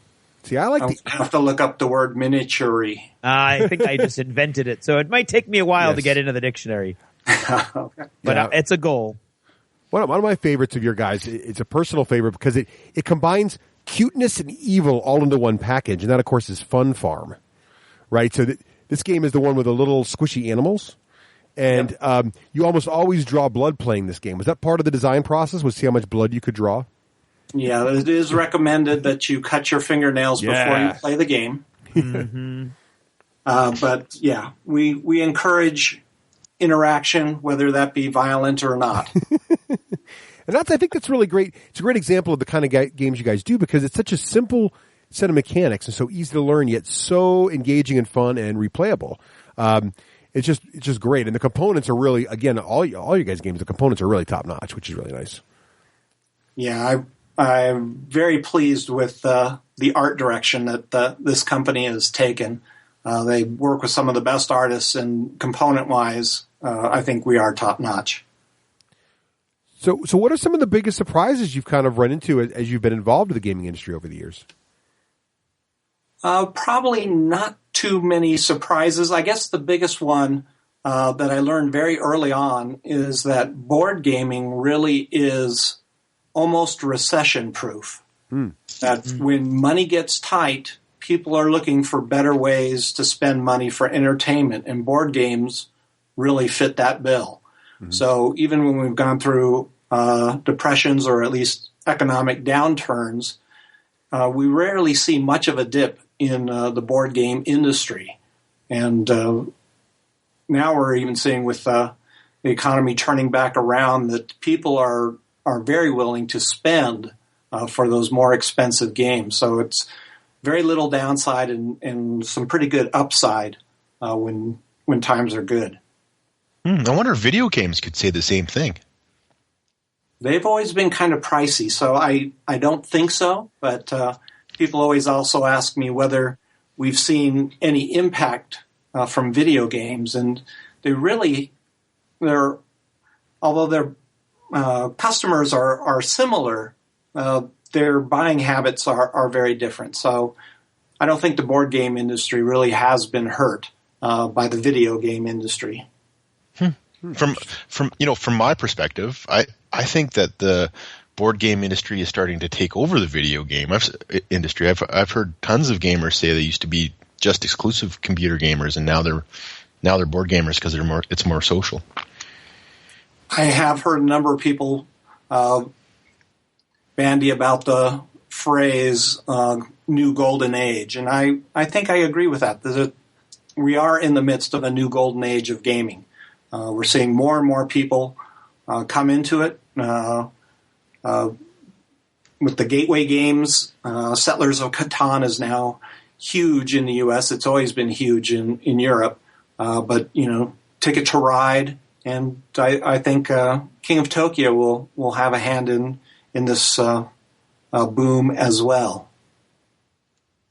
Very nice. Now, talking about the golden age, of course, you wouldn't have a golden age without like the ability to travel through the golden age. See that segue right there? That's pretty impressive. Yeah, thank you. Nice. So, Teras, why don't you tell us like what is the partnership that you guys are building with iello, and what are you planning on?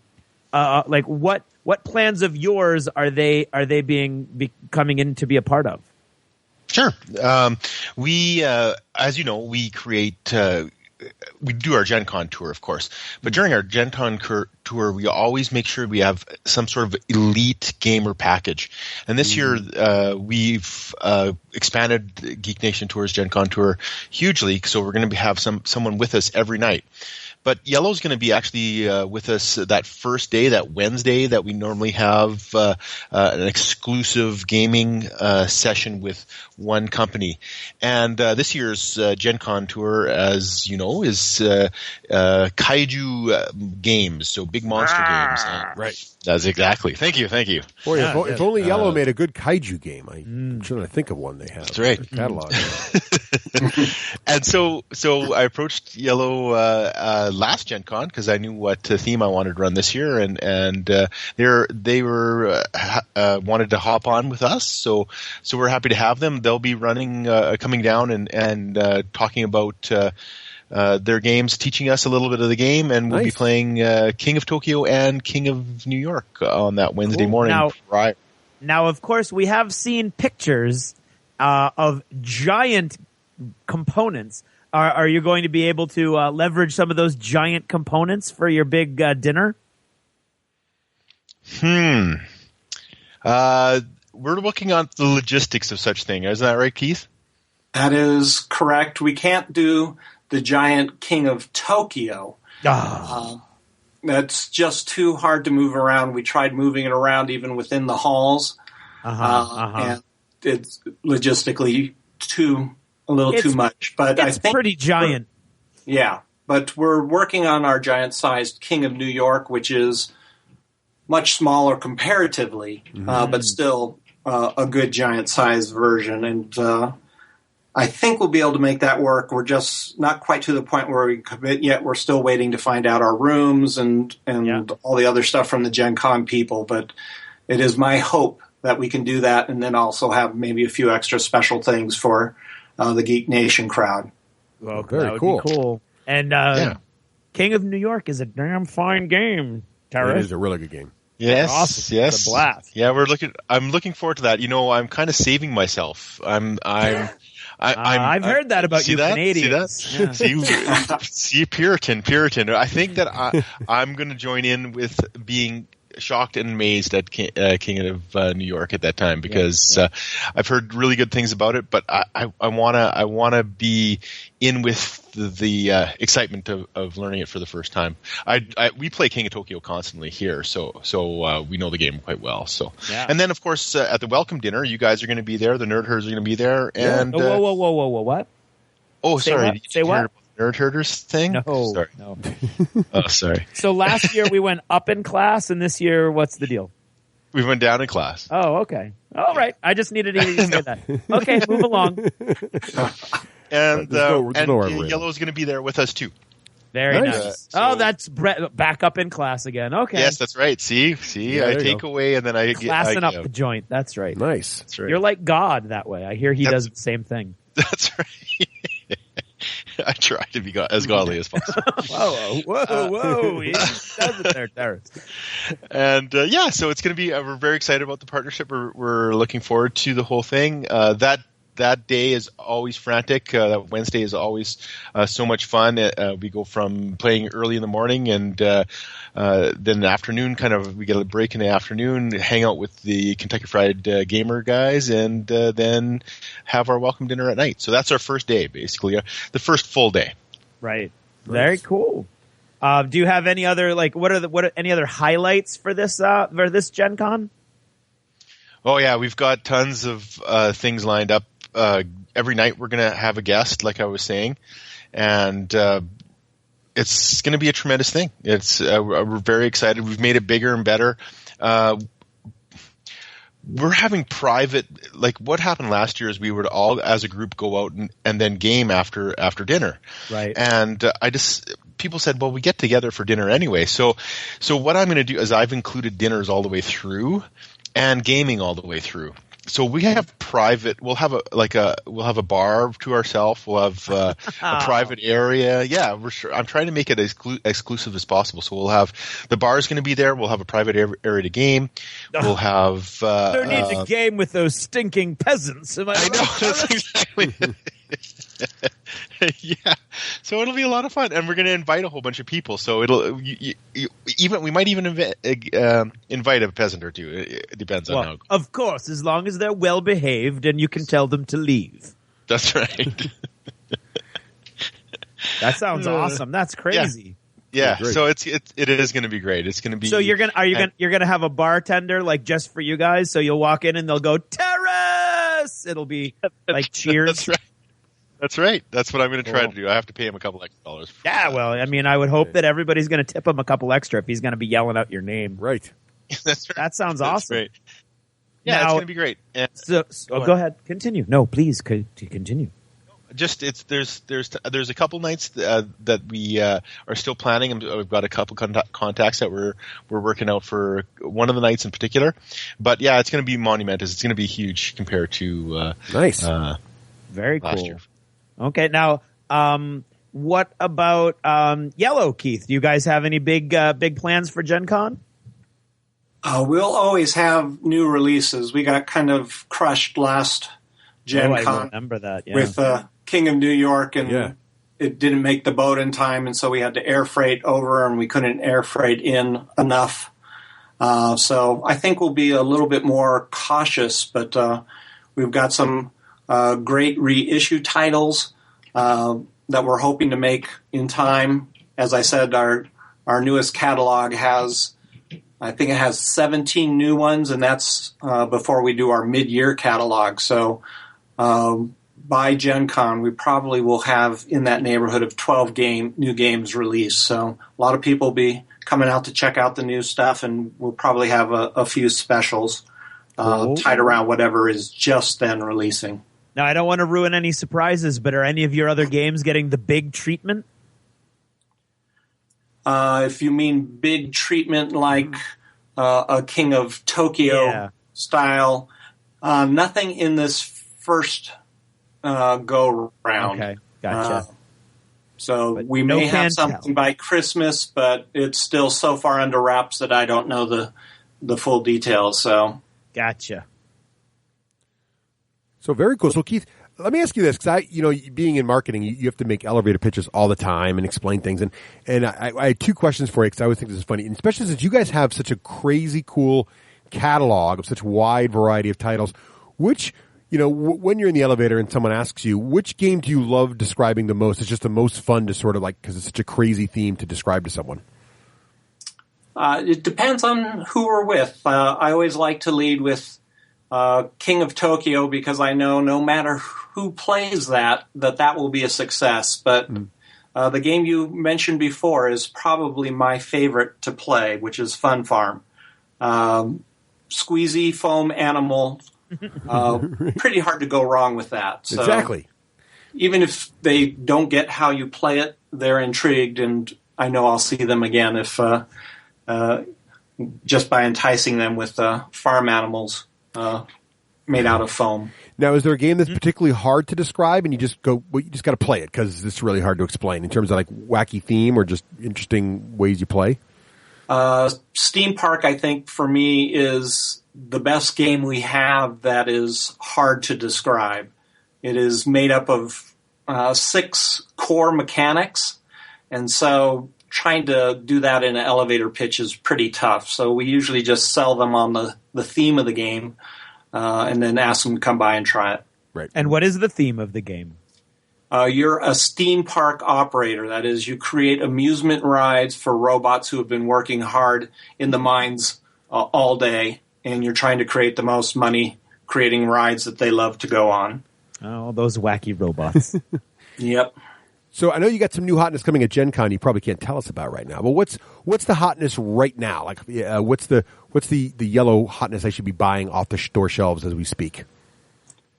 I think probably the surprise for most people is our Tales and Games series. Mm-hmm. We have started with Three Little Pigs, that won Origins Family Game Award. We had Tortoise and the Hare, and that came out just about Gen Con, and that ended up on tabletop on Christmas Day.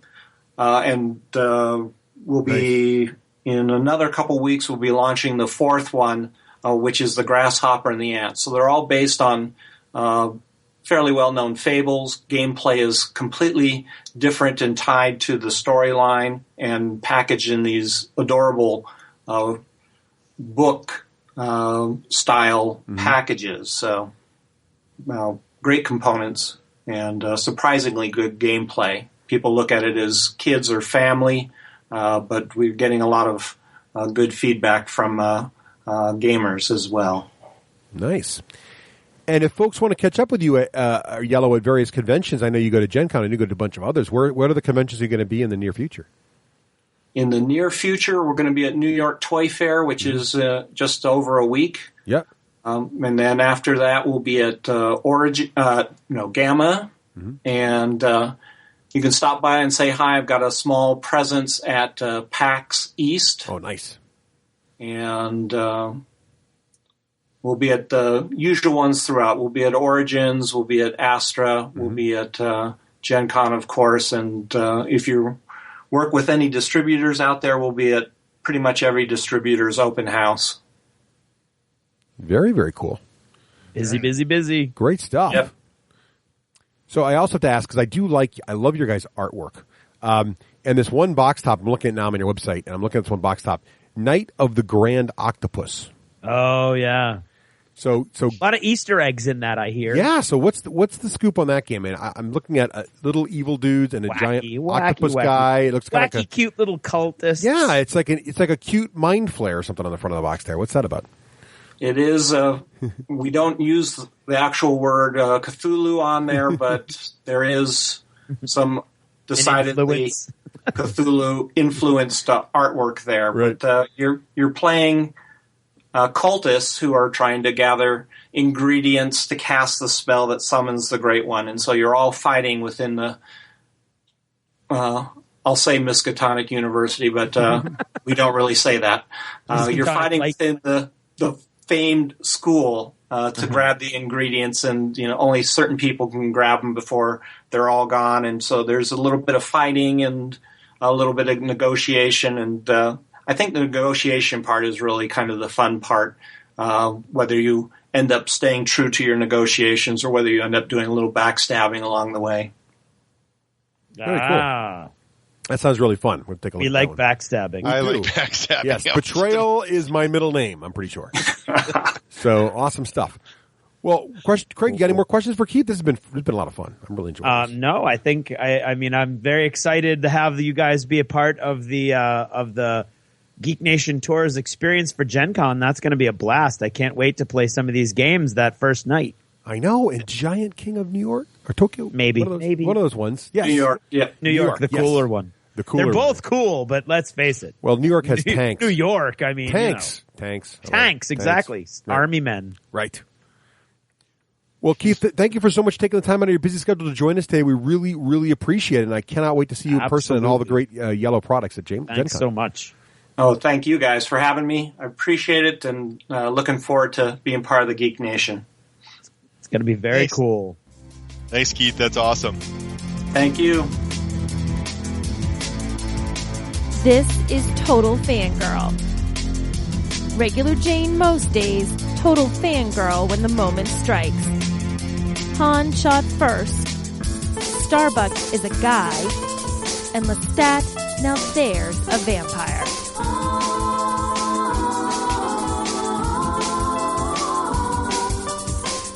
Hey everyone, this is Nicole, your Total Fangirl. You can follow me on Twitter at Nicole Wakeland and check out my blog, TotalFangirl.com. And this week's shout out is to all of our wonderful supporters over at Patreon. Head to patreon.com/the D6Generation, and you too can support the show, and we greatly appreciate all the support.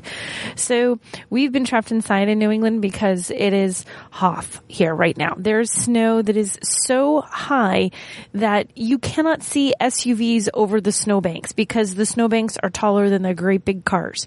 So it's kind of crazy here, which means we've also spent a lot of time inside, unable to go anywhere because they haven't plowed the roads, and the kids haven't gone to school, and Russ hasn't gone to work, and it's been insanity. So as we're all stuck inside and kind of stir crazy, I was doing some messing around on Pinterest because I don't know, I play with it now and then because it's kind of fun. And I know it's a girly thing, like women are more into Pinterest than guys are, but I started playing around with it because I was bored. I had nothing else to do. Snowstorm number 9 zillion in 3 weeks had just done me in. And as I was playing around on Pinterest, the girls were also home from school. The girls were like, Mom, what you doing? I'm like, oh, here, I'll show you. Here, you want to pin some stuff? I pin a lot of cupcakes. People, I like cupcakes. I'm like, here, pick your favorite cupcakes, pin some cupcakes. So they're playing around, they're pinning cupcakes. Kids think this is the greatest thing since forever.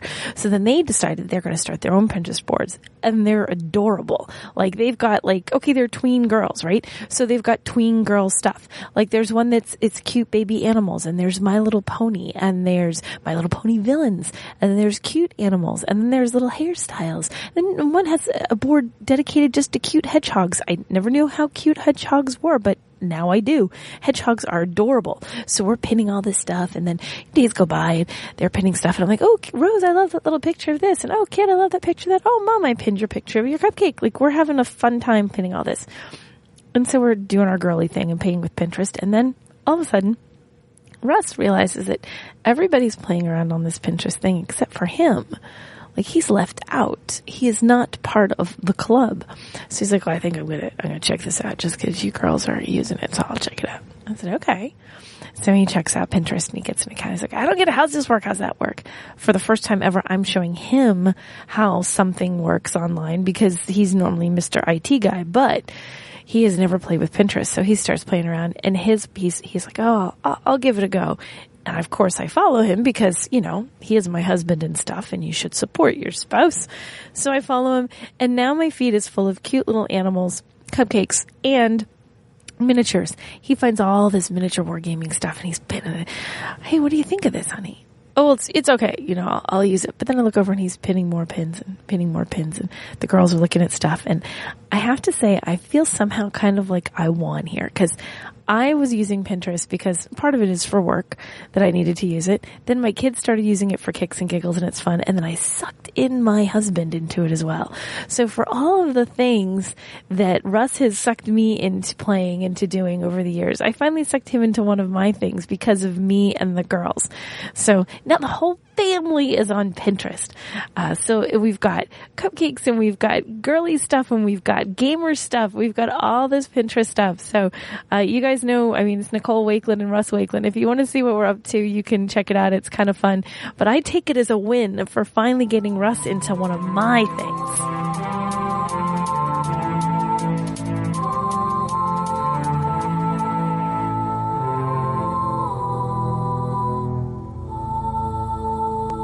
Well, here it is. It's time now, Craig. The time has come. Dramatic drum roll, please, Craig. You've been asking for a while now to hear the results of the contest. Here they are. Now, Craig, this contest was, as usual, we may have, altered the rules slightly as it was over going the along. course of the entire, or been a little unclear. But basically, this was, our friends at Stronghold Games, Stephen Bonacore, was very, very kind enough to give away two grand prize packages, right? Yeah. Of both games. No, I thought it was one grand prize package one grand of prize both package. games. That's right. And then two runners-up would get to choose one game or the other. I don't even remember. That's our grand prize package. We're not only changing the rules, we're changing the prizes moment by moment. That's right. So it's one grand prize of both Core Worlds and I'm totally with brain cramp, Among the Stars. Right, yep. Both those with both their expansions for one lucky winner, and then two runners-up can pick either of those core games, Core Worlds or Among the Stars. Right, that's the deal. Yep. And what we asked you to do is make an audio version of the introductory scroll of a sci-fi movie. Like Star Wars or whatever. But we asked it to be audio because audio medium, right? Because podcast. Yes. And we also, at one point or another, we asked them to be related to the games and then not. So it doesn't really matter if they're related to the games or not. Yeah. It's just, the usual sort of thing with the contest here. So we're just judging you based on how entertaining these are really in the end. Let's be honest. Indeed. Okay. Indeed. So Craig, are you ready? I feel like we're cranking our way to the top of the roller coaster and we're about to tip over to the point of no return. I have shuffled all the entries up. These are in no particular order. Shuffle, nice. So our very first entry is from Mike Whitman. Mike Whitman. Mike Whitman. Here it comes right now. Are you ready, Craig? I am ready. Okay, here we go. Yep. In a world where food is scarce, brave men and women take to the stars in vacuum tractors. They race to grow the very best crops in the harshest of environments. They will love, laugh, and farm. This is farming in space. In a world where... Sorry, Mike. And it's a loop. We got him in a loop. It's a vine. So that was great. Farming in space. Mike, that was very good. I'm surprised he didn't go full Agricola on us. He didn't, but that sounds like a game Rafe would enjoy very much. It does indeed. So thank you, Mike, for farming in space. Great. Very nice. Yep. Great entry. Very solid voice acting there, Mike. Very impressive. Okay. Very nice. Our second entry, Craig. Yep. Is from Ryan Greenlee. We know Ryan. Ryan Greenlee? Yes, that's the one. Or Ray Greenlee. Or Ryan Greenlee. Okay. Just looking at your notes. I don't want anybody blaming this on me. Don't judge Ryan Greenlee. That's what I'm saying. Or Ray. Or Ray Greenlee. I don't know why it's just Ryan. The jury is still out. It's Ray for sure. All right. It's Ray Greenlee. It was Ryan. I know. Well, it's written down. Okay, look. Okay. Well, Ryan, if that is in fact your name. All right, here we go. Yeah. All right, playing now. Here it comes. Yeah.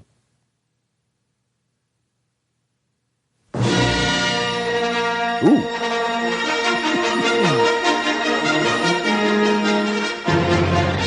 Turmoil has engulfed the board gaming world. The board game industry gave Supreme Chancellor Bonacore emergency powers to settle a components dispute between the Game Salute Federation and the Free Peoples of Vassal over Nothing Personal 3. This time, it's personal. Bonacore proclaimed himself emperor of all board gaming and set in motion a plot to eliminate all games not made by Stronghold Games. I am taking over. In an effort to escape the evil Stronghold Empire, a small band of rebels built the D6 generation ship, and smuggled aboard copies of every game and all free game designers. Leading the rebels is the naive, unlikely hero Russ. That's right, baby. His wise mentor, the news guy. Oh no, Wakeland. The brave and spunky total fangirl. That is awesome. The prim, whiny robot companion, Craig. Wrong! The floppy-eared, goofy sidekick, Craig. Oh, this one not even close. The roguish and handsome pilot, Craig. Much better. And the hairy, unintelligible co-pilot, Rafe. What on the earth? Together, they try desperately to escape the evil emperor and hold their fragile alliance together. Even now, rumors spread of Imperial agents infiltrating the rebels, trying to tear them apart from the inside. Jeff here. How about a game of diplomacy? Wow. Ray, that was insane, dude. That hurt Orion. That was amazing. Oh Ray. my God, you've got to be kidding me. That was, yeah, I don't even know where to begin with that, how awesome that was. So, yes, it is Ray, of course, Craig, not yes, Ryan. yes. I don't know what happened there with the notes, well, but I thought Ray, so, but... thank you so much. Loved the, yes. Anyway, so write that one down, Craig. That was, that was pretty impressive. Okay. You know, I don't know if he did his own music there on that or not, though. That was, no. That might be the only thing again. Wow, that was amazing. Okay. I found him on the Patreon list. It's Ray. It's Ray. It's cool. Of course we knew it was you, Ray. Of course we knew it was Ray. Come on. All right, next up is Norman Mueller. Are you ready? Here we go. Yeah, you Ready? go ahead. I'll catch up.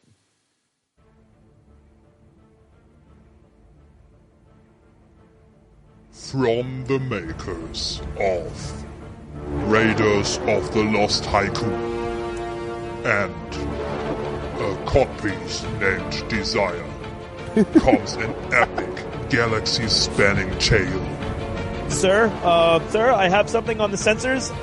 about bravery, Hopefully, if you do all your jobs right, then the ship will perform very well and you will solve all the problems and have a good mission. internal conflict, And I won't say what side I'm on because I don't want anybody to start, going against me. So. boarding entries, Marines, you're going to go in and take the bridge. Go! wrong decisions, I'm not going to describe how old boarding actions to work. Just suffice to say it was messy. and even more wrong decisions. Blame me. I will take the 50 lashes with a wet noodle from that one. Starring Nicole Wakeland as fighter pilot Mercedes McQueen, I kind of wanted to be Starbucks. Ray Ranger as Space Cadet Jimmy Jupiter, We had a good crew going. It was pure randomness. There's nothing to screw up. Stephen Bonacore as Lieutenant Judas Stronghold, I crashed hard. Craig Gallant as Commander Hodor Herring, Where and Russ Wakeland as Captain Jack Brontocephalus Yeehaw!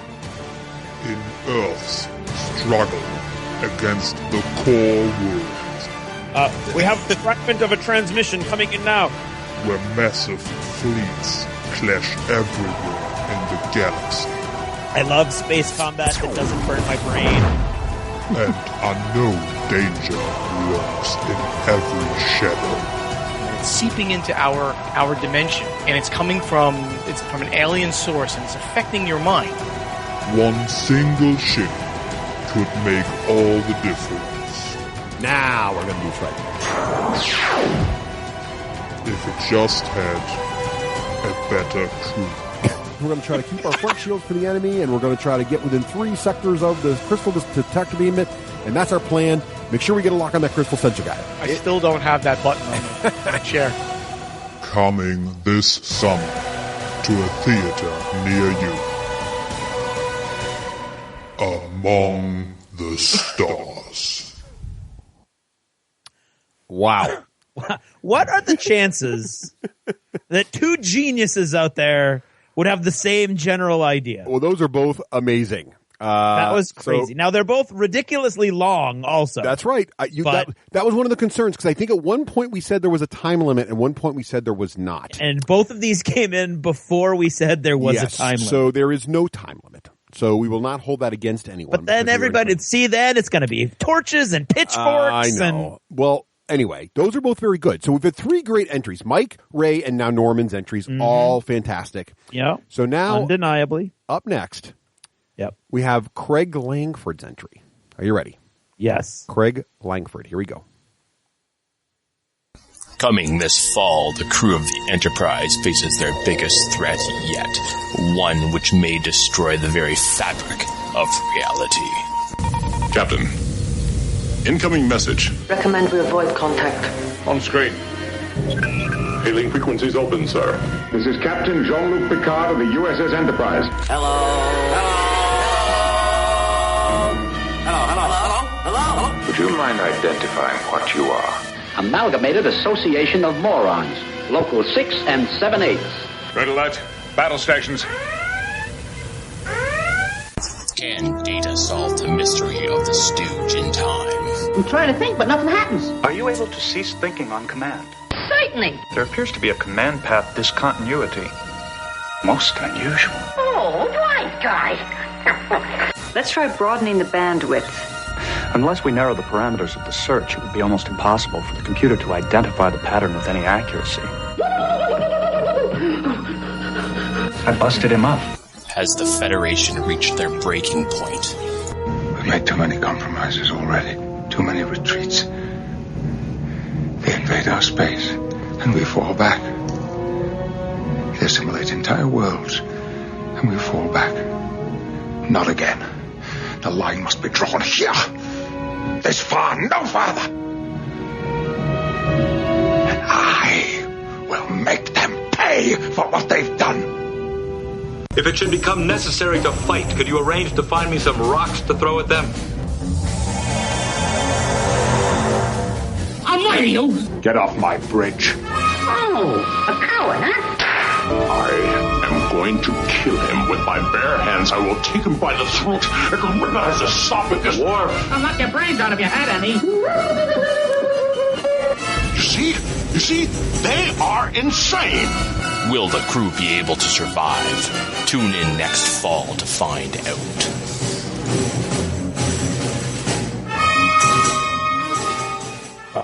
Well, a lot of time has been going into these. I know, right? Well, it's that amazing. Was crazy. That was at least as much time finding other quotes all from the other quotes sources. from Three Stooges and Star Trek, which is great, and a good reference because we always tease ourselves as sounding like the Stooges when we do hello, hello, hello. So that's pretty funny. Yeah. Another good one. Thank you, Craig, for that excellent entry. Very nice. And nice name as well. Right? So now it's time for Andy Rucker's entry. Oh, here we Andy. go. The following is a serious contest entry and not just a hopelessly derivative mismatch of pop culture, including but not limited to TV, anime, video games, and popular sci-fi franchises. No, really. It has been 1,000 years since mankind unlocked the secrets of FTL travel. In that time, mankind has spread throughout the galaxy. Millions of worlds were settled, and countless empires rose and fell. However, through it all, mankind found it was alone in the galaxy. Against all odds, no other intelligent life forms were ever encountered. Until they came. They are called 1,000 different names in 10,000 different terrified tongues. But their most common name is simply Invader. They struck like a bolt of lightning on a cloudless day, an immense armada originating from some unknown galaxy. They effortlessly swallowed aside humanity's stalwart defenders, subjugating countless worlds and destroying those who refuse to submit. The vast majority of humanity is now enslaved to these invaders, and the last free remnants scattered throughout the galaxy. But all hope is not lost.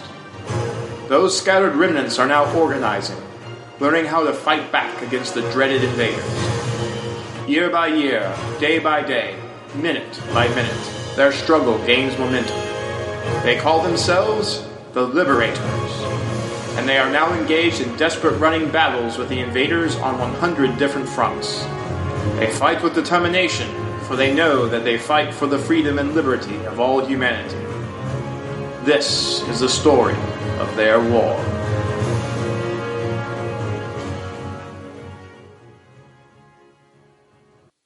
I like the one, a serious entry. Very serious. I like the one a lot, Andy. That was great. Great audio, great voice work. I really like that one a lot. All right. Now we got Darius Garces, I believe. Yes. All right, here we go. Long ago, in the age of the Galactic Empire, where... Sorry. Long ago, in the age of the Galactic Empire, when men were real men, women were real women, and little fuzzy creatures for... Hey, who writes this stuff? I did. Oh, okay. Seriously? Yes. You gonna read or not? All right. Long ago, in the age of the... Hold on, wrong script. Here, take this one. Let's see. Okay. In the shadow... Okay, cool. The empire was collapsing, the light of its rule fading, pulling back, casting shadows in the annals of history. In these shadows, time was lost to civilization. Planetary societies collapsed and regrew. Technology was lost. Some systems chafed at the bonds that still held them, while others were cut loose, lost for centuries. Some systems thrived. Some grew even stronger. Warlords, no matter the nominal government, they looked at the void and the chaos around them and, like nature, abhorred a vacuum. And they were not alone. As the empire collapsed on its foundation of sand, the ravens gathered to watch as the new beasts of prey ravaged the stars and were in turn hunted by yet someone else. Excellent. That's a wrap. All right. So when do I get paid? Nice. So that was based on a Core Worlds intro, I believe, and he had a nice comedy around the beginning and ending. I like that a lot, and the music was great. Nice job, Darius. Okay, a lot of stuff going on here. Yeah, this is Craig. This is going to be hard. Yeah, this is going to be very hard. Okay. So the next one's from our friend Phil McPeak. Phil. I think there's going to be a reference here, Craig. In this, there's going to be a what kind of reference? I don't know. We'll find out. A poll reference? I don't want to spoil anything. No, that's true. Don't jump to conclusions. No, the guy is not a one trick pony. Not at all. He's a 3-dimensional man with feelings and ideas. Yes, totally independent of any polls. That's right. No matter what their weight limits might be. Exactly. Here we go.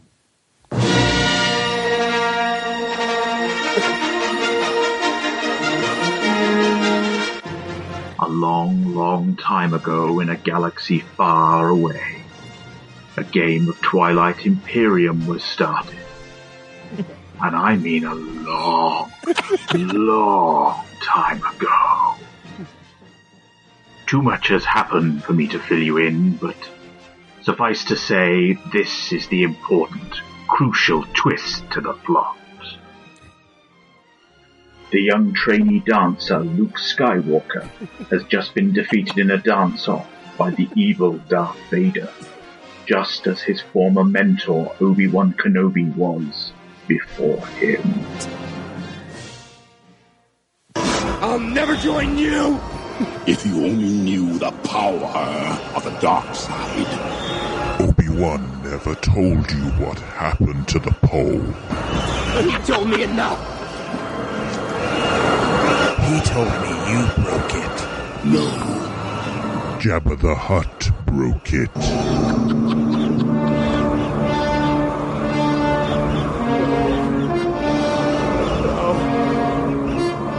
Not true.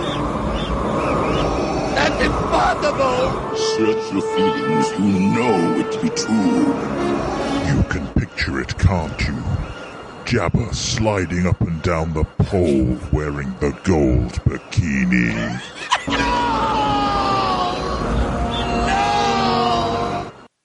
Wow, Phil.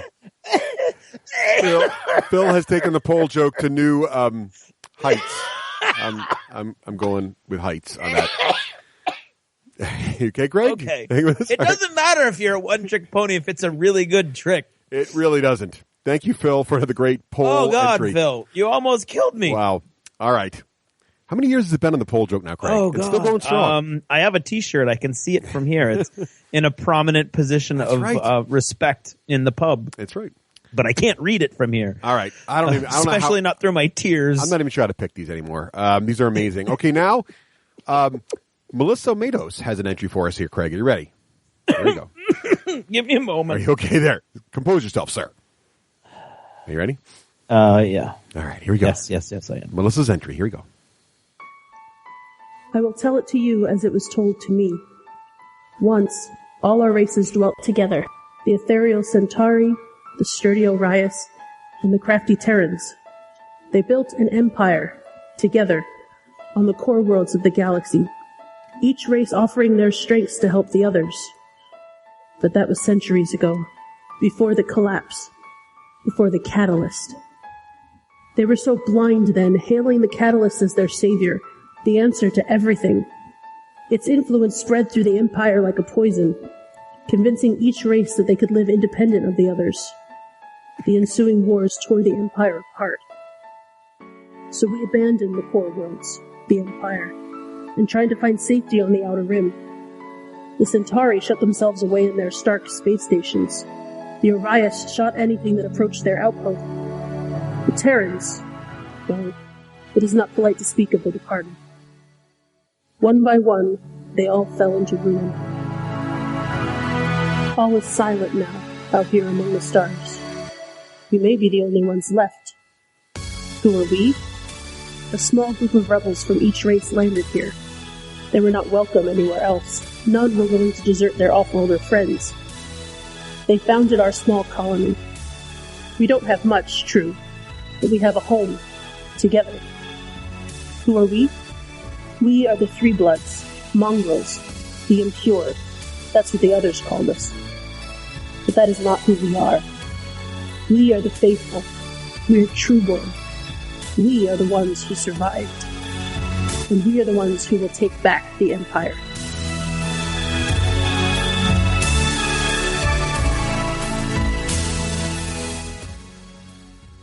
Okay, am I the only one who wants to go see that movie right now? I know, right? That was awesome, and I would drop $10 to see that movie right now. That was great. Based on that trailer. That was fantastic. So, Melissa, Very that was nicely great, done. serious entry. Really got me engaged, and now I want to hear what that's all about. Yep. All right. So now, Andrew batters up. Here we go. Mm-hmm. Andrew batters up. Did you do that on purpose? Saga of the Gallant Way Clan. Episode 6. Generation D. Among the stars, the tales of the Way Clan have spread far and wide, from core worlds to the galactic fringe. Their epic quest to spread the doctrine of no hate has earned them the respect of countless billions, and a calm has settled where before there was only war. However, a new darkness is emerging. Spawned from a stronghold in the Bonacor system, a new warlord stands tall. Aviva Le Poel. Springing into action before even reviewing the pandemic of strife she has unleashed, the Gallant Way Clan is mustering a weight of force that will hopefully be enough to bring Le Poel crashing down. Uh-oh, Phil's got a competitor now. For poll reference. There's some more poll action. That's Nice not job. what I meant to say. Nice job, Andrew. Great one. I love the puns. Nicely job. There's a lot of work on those puns. Yeah, good stuff. Good stuff. Wow, these are so good, Craig. I know. Man. Our children have grown up, Russ. These guys are amazing. Our You listeners have far outstripped our own abilities in the audio medium. You guys are fantastic. You never cease to amaze me with your wittiness. So here we go. Now we got a new one here. Another one from Tim Van Den Broek, I believe is how I pronounce that. That's what I'm going with anyway. So thank you, Tim. Here we go. And all I have to go on is your spelling. So, Tim Van Den Broek it is. Here we go. In a world No, in a galaxy not so far away. A pivotal moment where the ancient galactic realm is at its dying breath. This is our moment. The Republic has fallen. Tomorrow, we will write history. Barbaric kingdoms are amassing their strength to establish new empires, building upon the ashes of this decaying civilization. Get to the dropship, deploy, and run like hell. Who will carve out the greatest empire in the galaxy? Atlantis and Hydra have joined the coalition. Stronghold Entertainment presents, for the first time on the big screen, an epic movie directed by Stephen N. Buonocore. Core Worlds. Wow. I don't even know where to begin. That was First of all, I think you cheated using a professional voiceover actor. That was wow. amazing. That could the quality of the sound as it shifted. I don't even. Each of these is like blowing me away, Craig. That one could be like an actual commercial that Buonocore runs. Know. I mean, oh my goodness. Wow, guys. Tim, what are you doing, man? Tim, that's amazing. All right. Well, Tom Candle is up next. Guys, these are amazing. These are simply blowing my mind right now. These are fantastically awesome. All right. Tom Candlin's up next. Craig, are you ready? I am ready. I don't know if I can handle any more awesome. These are amazing. All right, here we go. Yeah. In a world. No, in a galaxy. Wait. That was Tim's I was again. going to say, how many more can start in a world? Sorry, Tim. Just playing Tim's again. Okay, here we go. Tom's coming up now. Tom's professional podcast. Yes, here it is. Here we go. Tom's coming up. It was the dawn of the third age of podcasting. Rebel podcasters broadcasting from a secret base have won their first victory against the evil Buonocore. During the battle, 2 humanoids were hit by a radiation wave and shot through a wormhole. These 2 men may have been the forefathers of the Egyptians, the kickstarters of all things gaming. Pursued by an insane military commander, they've seen things you people wouldn't believe, explored strange new worlds, sought out new life, and whatnot. This is the not too horrible story of the greatest of the podcast stations. The name of the show is the D6 Generation. Now there's no place we can be since we found the D6G. That was awesome, Tom. It's like every third word was a reference. It was a sci-fi show reference. It was great. Yeah, that was awesome. That was awesome. That may have to be a bumper for the show. That was great. that was awesome, Tom. I love that one. All right. So very witty, Tom. Well done, sir. Yep. All right. Now absolutely. we've got 2 entries left, Craig. We're getting down there. These are amazing. I don't know how we're going to. I don't either, Craig. All right. Greg Barlow's up, and Greg wanted us to mention that the music in this is original music by by someone he knows called Ross Bugden has done the music. So okay, cool. Greg Barlow's Thank you, entry Ross. with Thank music you, by Greg. Ross Bugden. Here we go. It was a time of trouble for mankind. Having pioneered the revolutionary transstellar elegy drive, they had grasped at the stars in the early 31st century. Distance was no longer a limit. But this is where things began to go wrong. A massive war has broken out on Earth, its AI governing council seemingly going insane without warning. Mankind, having expanded too far and too fast, cannot rally in time to save their home planet. Earth is almost lost, and the remainder of the Terran League will soon be beset by crises on all sides. Rogue AIs, biowar plagues, self-replicating nanoswarms, and hostile alien encounters. Mankind is certainly besieged from every direction, and there is little hope for the points of light that exist alone in the cold darkness of the galaxy. Realizing this, a secret interstellar network of heroes dubbed Safeway was founded. Dedicated to counteracting these existential risks and preserving mankind at all costs, they work tirelessly to keep mankind safe. Now these brave heroes are about to face their greatest challenge yet, and they don't even know it. Extinction looms. We shall overcome it. Very nice. Wow, another movie I would like to see. I would like to see that movie too. Yeah, these are great. Oh, man. All right. I don't know. One more. I don't know either, Craig. I really don't know how we're going to figure this out. Okay. I just want to hand the podcast over. So, our final entry, Silver Grizzly. That was his name. Real name? So, well, that was all we have. Silver Grizzly. Okay. I like it either way. I like it as a a nom de plume, a nom de guerre, or he or she nom de real. They did not give us their real name. All we have is this bit of their email address. How do you know that that's not his real name? Well, it could be his could real be name. just that awesome. Okay, sorry. Maybe it is. Okay, Silver Grizzly. Here we go. All right, coming up.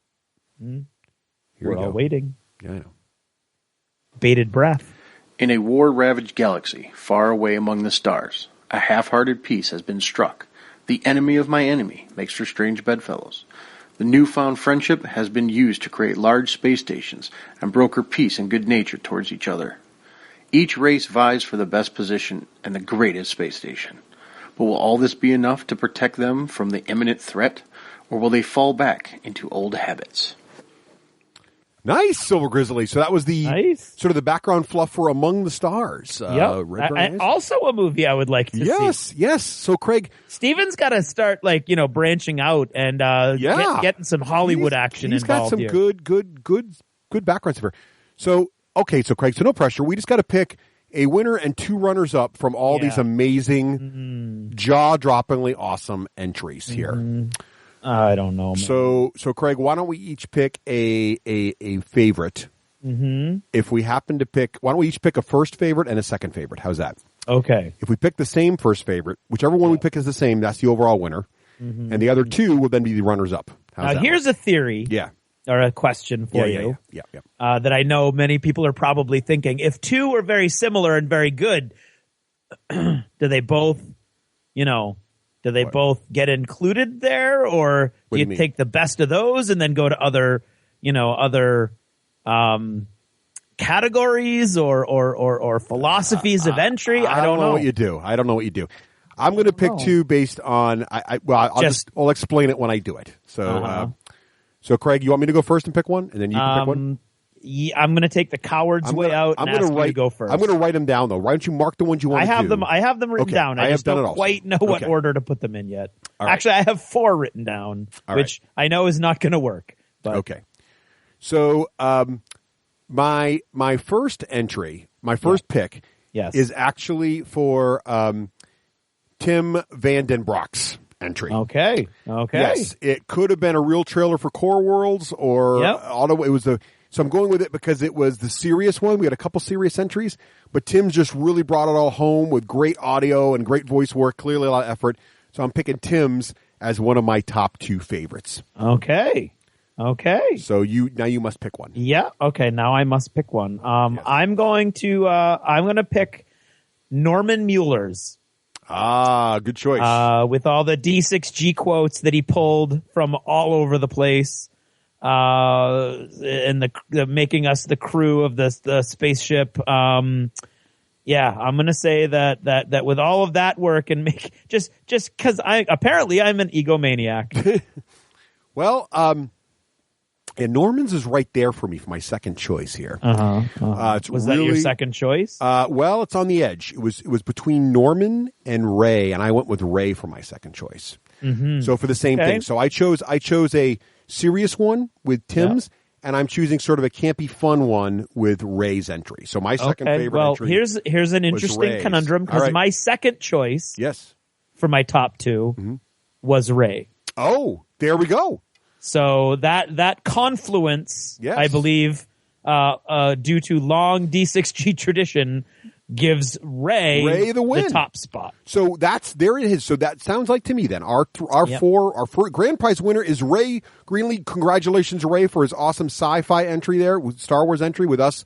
Various quotes from us in there, and then our 2 runners up are Norman Mueller, and Tim Van Den Broek. Right. Sorry, Tim. And I would like to give, or whatever the name is. Yes. And I would like to give an honorable mention to Phil. Yeah.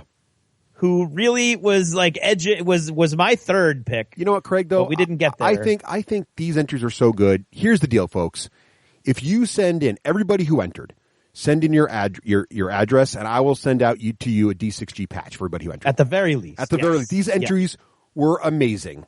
Yes, and they were. So much work went into them. I am so humbled and flattered, as I'm sure Craig is as well. It's for the amount crazy of time the amount of work you guys put into So I these. feel like everybody should get a little something.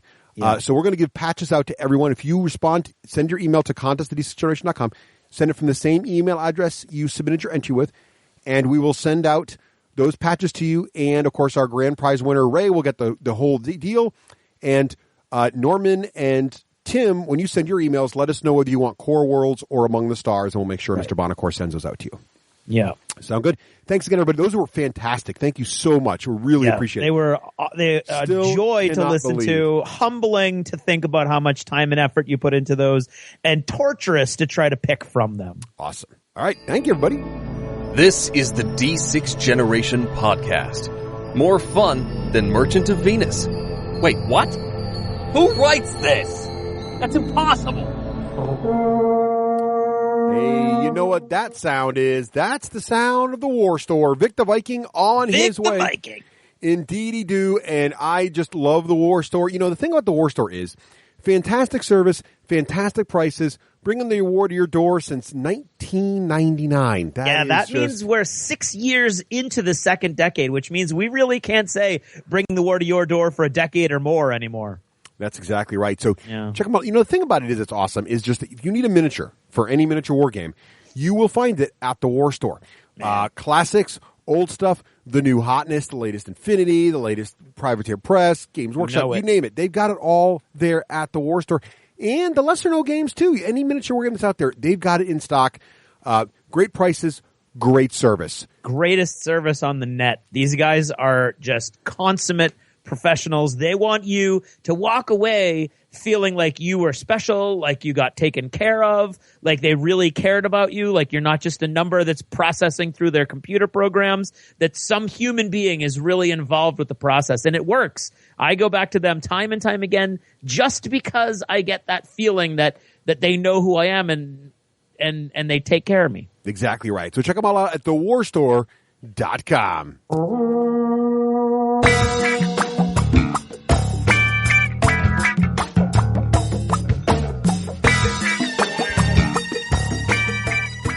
I'm Rafe Hollywood Granger, and this is the Hollywood Minute.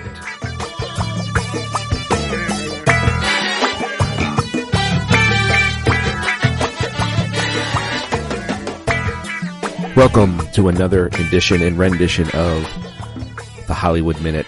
I'm your host, Rafe Hollywood Granger. All right, we've got a full action-packed segment here. I'm going to talk about TempleCon.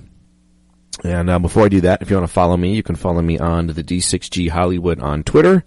And I've updated my blog to be the D6GHollywood.com. Check out either or both places.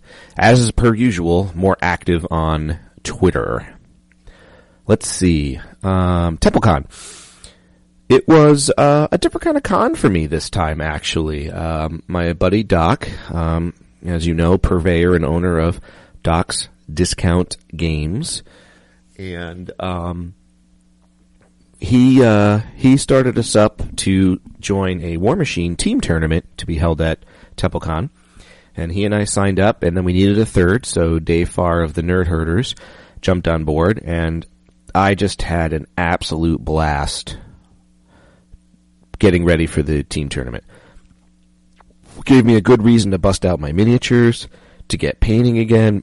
I painted a Iron Fang Kovnik, and I painted 5 Ulans on horseback, which took me forever. But I'm very, very happy with how they turned out. Now, the sad news is we went down to TempleCon, which is only about an hour and 40 minutes away. And the sad news is we did not get to play in the team tournament. Now, we were first on the waiting list, so I'm not exactly sure what happened. They took no one from the waiting list. I'm not sure if a team squeaked in at the last minute or if, they just decided to, some teams didn't show up and that made the brackets simpler and they could end earlier. I mean, I really don't know. on the one hand, our team was bummed that we didn't get to play because we were prepared. On the other hand, I guess we weren't bummed because we said to ourselves, okay, well, we can play in doing Iron Arena, and we don't have to be forced to be up till 11, 12, 1 o'clock at night. So that's what we did. So we left, found some tables. I played Dave with his Convergence list. I then later played Doc against his Crix list. And then Dave and Doc played, and then that was pretty much Friday. It was a really good time. I stayed in the miniature hall literally we got there at about 10 a.m., and I stayed in that hall with them all the way till 8 p.m. Didn't break for lunch, didn't do anything else. That's how much fun we were having. We had plenty of snacks in our backpack, water snacks, apples, nut butter, so on and so forth. So we were, pretty much snack fed.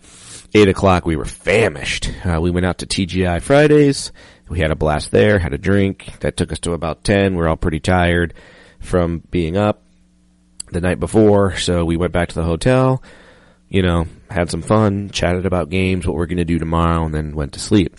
What was really fun is I felt kind of bad. I played a Shooty P Vlad list, Prime Vlad list, that Doc actually created to be able to handle a Crix list, a troop-heavy list, and oh my gosh, I just opened up with tons of templates, and sure enough, was able to literally shoot him to death before he could handle any of the objectives.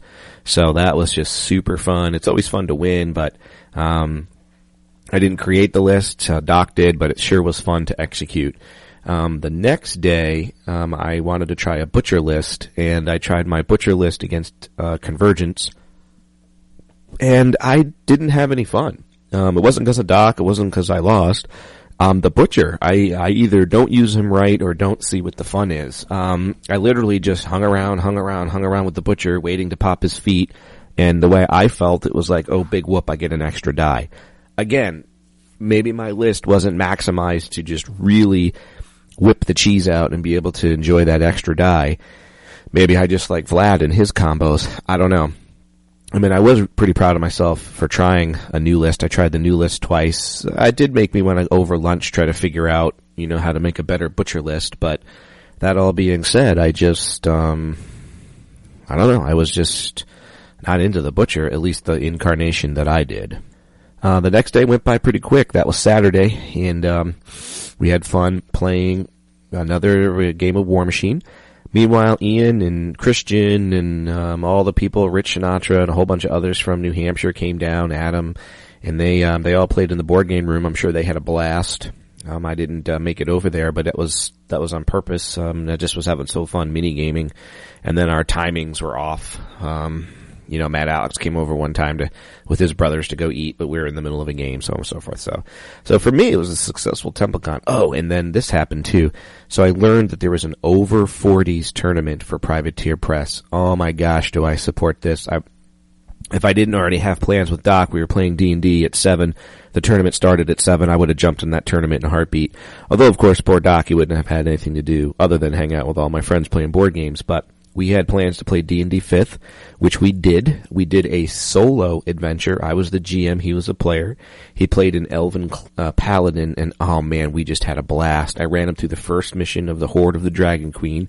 I gave him one NPC to run and allowed him to pick up other NPCs along the way, and it was fun. He had just as much fun time as other groups have, and that's just a great mission. And so I recommend out there, if you guys want to play D&D and there's just 2 of you, don't shy away from that. You can do it. What I did was any encounter I cut in half with the numbers, and again, he was running an NPC. I made him a fighter, even though he was a paladin. That worked out pretty good. I would have to say though, your player character has to be able to, role play by himself and not need inspiration, which of course Doc's able to do. So that was part of the magic sauce there. The last thing I want to talk about is I bumped into John, who runs the Muse on Minis podcast, and he was humble enough to say when he met me, he was quite surprised. I was just chatting to him and listening to his entrepreneurial story, which is a great story, by the way. And I was just interested in talking to him, and I said, hey, what's your name? He says, John. And he says, what's yours? I said, Rafe. And he was like, oh my gosh, really? Rafe from the D6 generation? I said, yeah. And he's like, oh my gosh, I've always wanted to say hi, meet you. So that was kind of fun and humbling. And he was, has always been a fan of listening to D6G, and he started his own podcast, and that led him to making these great token sets. He was very gracious. He gave me a set with a whole bunch of extra boosters to check out and use and talk about, and gave Russ a set too, which I haven't given him to him yet because I explained Russ and I are going to be doing our red on blue battles coming up pretty soon. And just looking initially at the set, they're just these wooden tokens that are just really fine-tuned, crafted, and instead of just saying feet on them, they have like, whatever they say on them, the words like Blood of Kings. It's not just the words, they actually have a graphic behind the words to help illustrate the token. I asked them what, did they create their company with a mission statement to make gaming aids no matter what it is, or they said, no, we're just gamers. And so when we're playing a game, we think about, oh man, I wish we had this to be able to mark that. And I just think that's a brilliant business model. So I already love the work they've done on their tokens. I'm really looking forward to splashing them out on the table and picking out the ones I use with my current casters. And Stubbs over there from Privateer Press Ganger, he had his painted up a little bit, and I was checking his out. And it was I didn't get a chance to see Snake Man, who also runs over there in TempleCon, but very interested to check out Captain Con, which is another Privateer Press event. I think that's in June, but I'm not sure about that. And wanted to check that. Oh, big shout out to Chuck. Chuck came by and said hi. I want to, check that out. I'm not going to go to Gen Con this year, so that might open me up to go check out Captain Con if I can steal away for the weekends. Again, it's always tough for me to steal away for the weekends the way my family situation is, but I want to try to do that. And so that's pretty much my story. A little longer Hollywood Minute than normal, but hey, had a lot to talk to you about TempleCon. And again, you can follow me on the D6G Twitter or the D6G Hollywood at Twitter or the D6GHollywood.com. All right, until next time, chowie for nowie.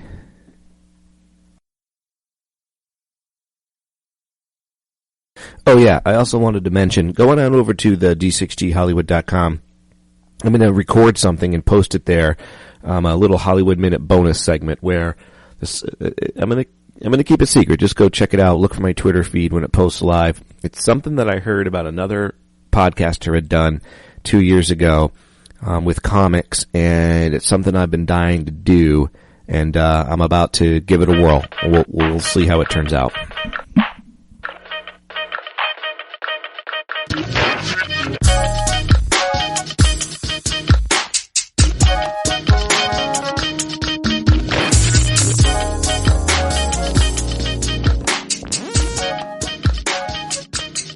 Hey, welcome back, and now it's time to talk about the hotness. And in the middle of the show here, you heard all the contest entries around Among the Stars. And now we're going to Among the Stars! Yes. Which, of course, was the winner. Yeah. And now we're going to review No, that wasn't the winner. Among the Stars from our friends at Stronghold Games. Now, Teras, do you own a copy of Among the Stars? I do indeed. It's a very shiny and beautiful copy, as a matter of fact. Now, is it so new? He paid for the extra beauty and shiny. Oh, you did? I did. Did you get the shiny upgrade. It was part of the Kickstarter. Oh, so what is extra shiny in yours? It's not. It was a joke. Okay. Well, Wow. Did you have you played it yet, or have you just opened it up? And, you have. Nice. Oh yeah. Good. How many plays do you have under your belt right now? You'd say only a couple. Okay, good. I have like 5 or 6. It's a very fast playing game, and I have none because Russ blew me off the time we were supposed to play. I did. Hey, Russ, bus. It was like ships in the night. So anyway, let's talk about this Among the Stars game. I'm going to see if I can get this right now because it's got sort of a complicated history. So back in the heady days of 2012. Oh, when Kickstarter was just a twinkle in our eye. Kickstarter and everybody was super excited about it. I don't know why that was Irish. They kickstarted some pathetic version of Irish. The good folks kickstarted Among the Stars. And the Kickstarter did very well, and it was delivered as promised in 2013. And then shortly after that, the smarty pants Mr. Bonacore swept in and said, "This game is so awesome, I would like to continue to publish and distribute it for you." And so he did. And so Is that his official nickname? Smarty Pants? Which one? Well, here's another nickname. It's actually on his business card. Yes. Is it? Smarty Pants? Good. Smarty Okay. McSmarty Pants. McSmarty Pants. McSmarty Pants. Smarty McSmarty Pants. Now, Yes. Teras, do you want to take a crack at pronouncing the designer's name here? No, not at all. Craig? Vangelis. I got that part. Oh, good. Take the easy part. Craig? Vangelis Bagiartakis. Very good. Bagiartakis? Yes. Bagiartakis. Bagiartakis. Sounds good to me. Anyway, the man's a genius. This game is fantastic. And we apologize for butchering his name. 2 to 4 players. Honestly, though, while it plays 2 players, it's really best with 3 to 4. What I like about this game is its playtime. It is under 30 minutes. Teras, have you found that to be true? Pretty quick playing game? Yeah, oh yeah, for sure. Oh, yeah, it's a very fast game, so it's a nice happy. little film. I'm happy with the gameplay. And the majority of the components in this game are square cards. They're nice quality, and it's really a tile placement game, except instead of tiles, you're placing cards to build space stations. And so now Craig is going to give us dramatic reading now of the theme. Craig? Okay, ready? Among the Stars takes place in a war-ravaged galaxy where the warring alien races have declared peace in the wake of a threat with the potential to destroy them all. An alliance is established to build space stations throughout the galaxy in order to promote trade among the races, strengthen diplomatic relations, and defend against this impending threat. Each player takes the role of one of those races to try to build the greatest space station. Through card drafting, the players select locations and use these to build their stations, scoring victory points based on the placement. The construction lasts 4 years, and somebody missed the. They didn't type in the. Oh, they're typing in the as I speak. And the alien race with the most points at the end wins. Nice. Now, very good. Thanks for typing that out. No problem. And Teras, the manufactured suggested retail price on this thing is $49.95 US. How much does that translate to Canadian dollars? Right now, 20% more. Okay. Oh, 20%. 20% more. Yeah, Wow. the dollars. Things are falling apart here. What's going on up there? You guys have a booming economy now. What do you mean? You guys are the world leaders. I guess it in depends. It depends on who you ask, I think. It depends on whether you're one of the workers or anyway. If you're in the snowplow business, you do it. We just proved that we are not a financial podcast last episode, so let's just move we will on. move right on. So so anyway, let's talk what's in the box, and then as we talk about the contents, since Teras just recently purchased his, we can talk a little bit about the value in the box too. So, Craig, what does it sound like to open a box about building a space station? Oh, this is a good one. Ready? It sounds like this. Hey guys, where's Russ? He just left, man. He really totally trash talked you, and then he walked right out the door. Russ called it an early night. It's only 8 o'clock. The place is still open for 2 more hours. I just had dinner. Nope, he just left, and you should have heard what he was saying about you. So I don't know, Russ. I don't know. You tell me what it sounds like to open the box. Wow, Teras, Russ, bus. What does it sound like for you, Teras? I'm not sure, but I thought I heard Hal's voice in the background. Okay, somewhere. good. The box said, "Good day, Teras." What are you doing, Teras? Will I dream? What are you doing with that plastic wrap, Teras? That's exactly what it was. Inside the box, you will find a nice full-color 12-page rules booklet. However, I have 2 grievances with this rule book. There is neither a table of contents nor an index. No, Steven! But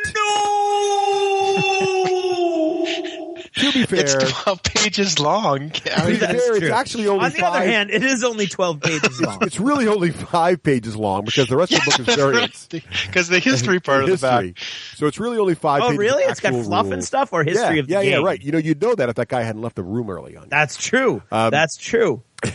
So, anyway, inside the box, besides the rulebook, you're going to find lots. Over 150 of these square. I think they're about 3x3 Teras. What is that in metric measurements? Holy man! Russ is just desperate to try to throw somebody else under the 6 centimeters by bus. 6 centimeters, 7 centimeters by 7. Anyway, about it's just for our Canadian members, Teras. I don't want to confuse them. The rest of the world as well. Right, for the rest of the world, right? Anyway, small square cards, and I think here's the part of the game that really sells it. The artwork is phenomenal. Teras, what do you think about the artwork in this game? Yeah, I think it's great. It really has that science fiction-y feel. Oh, yeah. In a kind of a high-tech feel. You know what I mean? Almost Like it's hard sci-fi. It's not dark and dismal. It's very bright and well, there's some dark pictures, but it's very bright. Yeah. I like it. I like it a lot, actually. It's like it feels very hard sci-fi too, like very realistic, like hyper realistic. I love it. It looks really, really cool. Yeah. So the art's fantastic, and that's really what sells it. And that's what you're paying for. So you you open the box, you may not be too impressed with the contents because most of it's cards with fantastic artwork, and we know from some of the folks we've interviewed in the past, artwork costs a lot of money. So that's where most of the money went.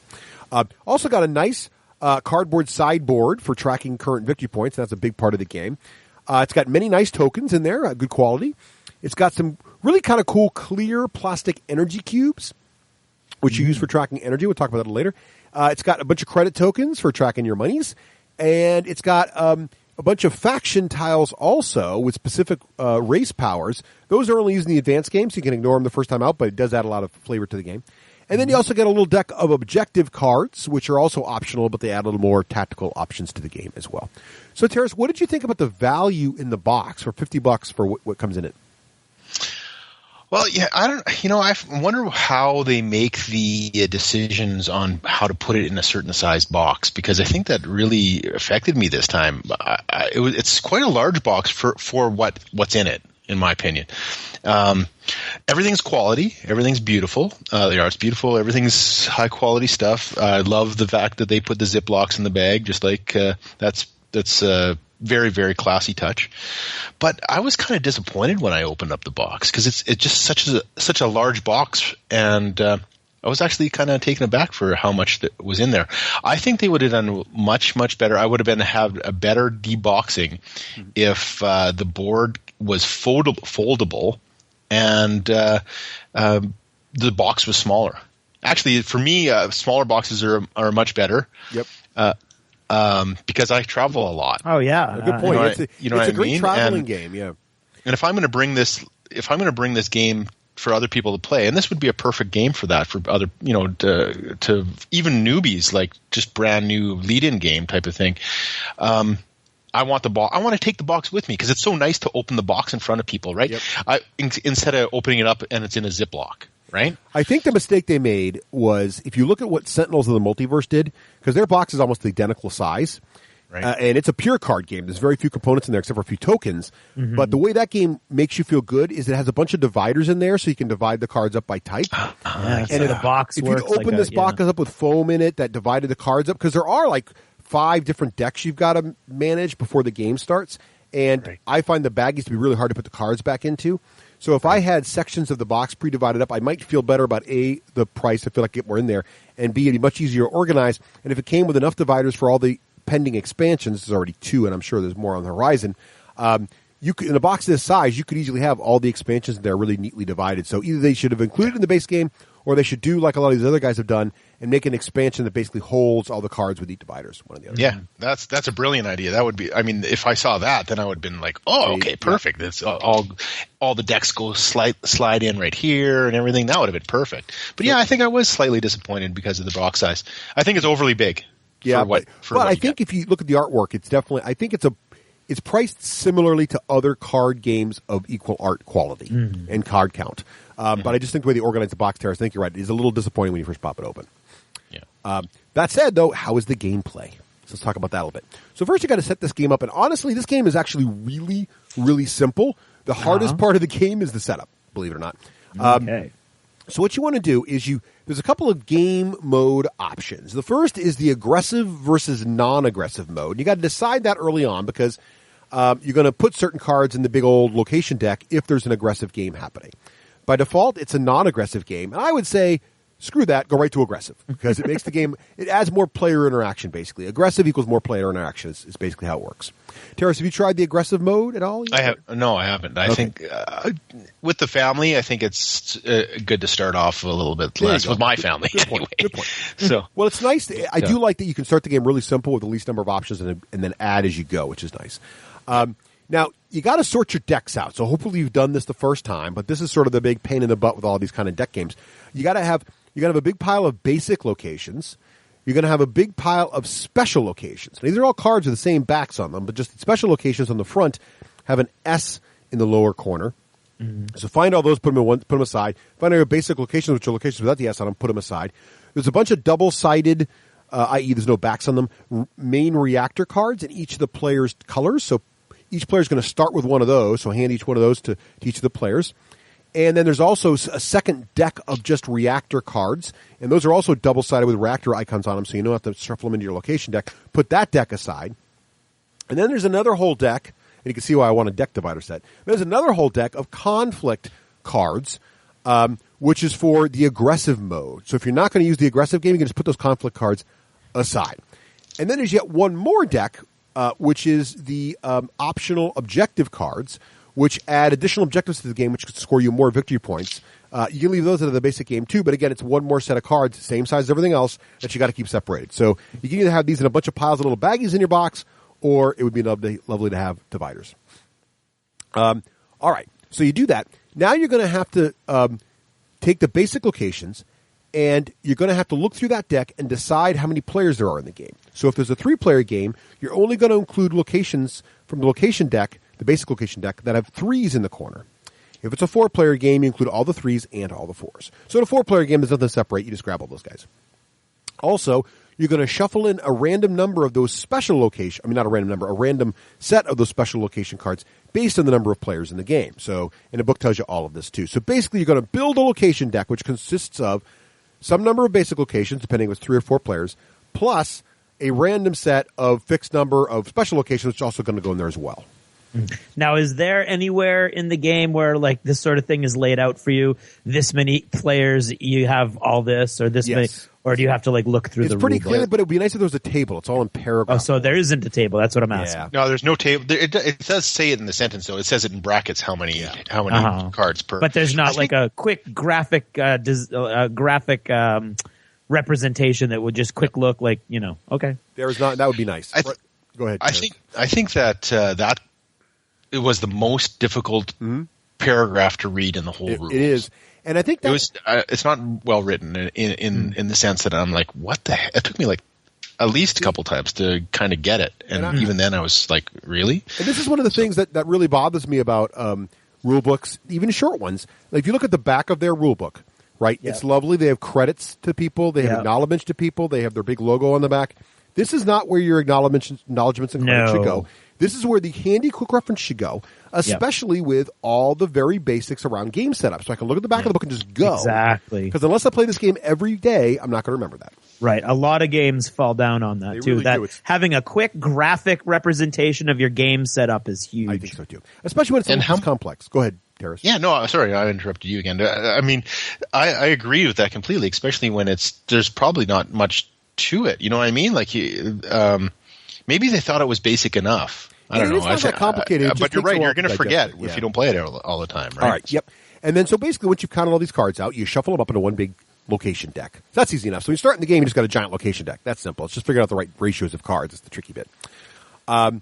Then each player's got on the front of you. So you're going to be building a tableau in front of yourself. So basically, because you're basically building a space station out of all these cards. So the theme is that Craig and Teras and I are all building space stations using each of these cards to represent locations of the space station. We're going to physically put them down next to cards I already have in our space station and grow our space station out. So when you're picking a table to play on, make sure you have plenty of room for each player to build this out in front of them.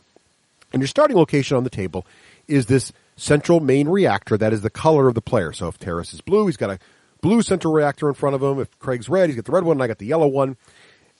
We put that down in front of us, and we're going to put 2 of those energy cubes right in the reactor. So most reactors, when they're built, start with a certain number of energy cubes. The main reactors all start with 2.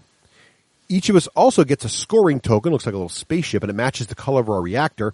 And that goes over on the scoring board, sideboard, the one Teras mentioned. It doesn't fold out. It's small, but it's pretty. And you put those all on the 0 because we've not scored any points yet. And then at this point, if you're playing with any optional objectives, you'd reveal those now. And I'll cover some of those at the end of the review. So that's basically set up. The hardest part is figuring out the ratio. Once that's done, you're pretty much ready to rock, right, Teras? Yep, for sure. Yep. All right. So now we're going to play the game. And when I like to describe games, I always like to mention to everyone what the goal is. Now, the goal of this game is actually pretty simple. Actually, only on a review. When you're actually teaching us face-to-face, that usually gets left out somehow.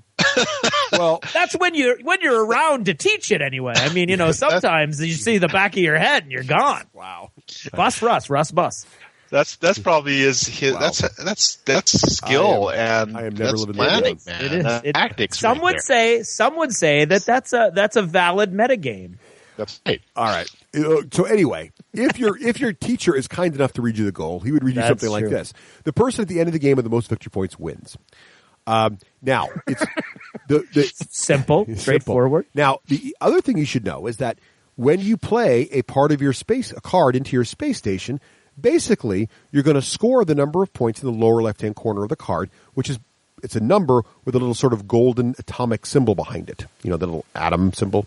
So if you know that much, basically when you play a card, the higher that number in the corner, the more victory points you instantly score when you play it. That's really the core mechanics. There's a bunch of bonus special rules on each card, but that's really the core of it. Get those cards down with the higher numbers. That'll lead you to lots of victory points. All right. Now, one thing you want to know, and I missed this my first game, so one thing you want to really watch is that these cards, in addition to the beautiful artwork and the victory point total in the lower left-hand corner when you play it, there is some rules text in a little box next to the victory points. And these rules indicate special things that happen either when you're immediately scoring or something. Sometimes this background is light gray, and sometimes this background is yellow. It is very important to know whether it's yellow or gray. If it is gray, whatever effect is in the text happens as soon as you play the piece. Mm-hmm. However, if it is yellow, those effects do not happen until the end of the game. Okay? So that's very important. That's the one little rule that it's in the book, but it's not immediately obvious anywhere else. And if you don't catch that little line in the rule book, it will confuse you later. So just be advised, yellow is end of game, gray is right now. Right, Teras, did you catch that the first time? Yeah, that's one of the most important things in the whole game is that you really got to watch that. There's a lot of little things like that, though. I assume that you're going to go over the cubes and all that other stuff, but when there's a cube symbol beside how much the card costs, and sometimes the artwork kind of blurs that cube.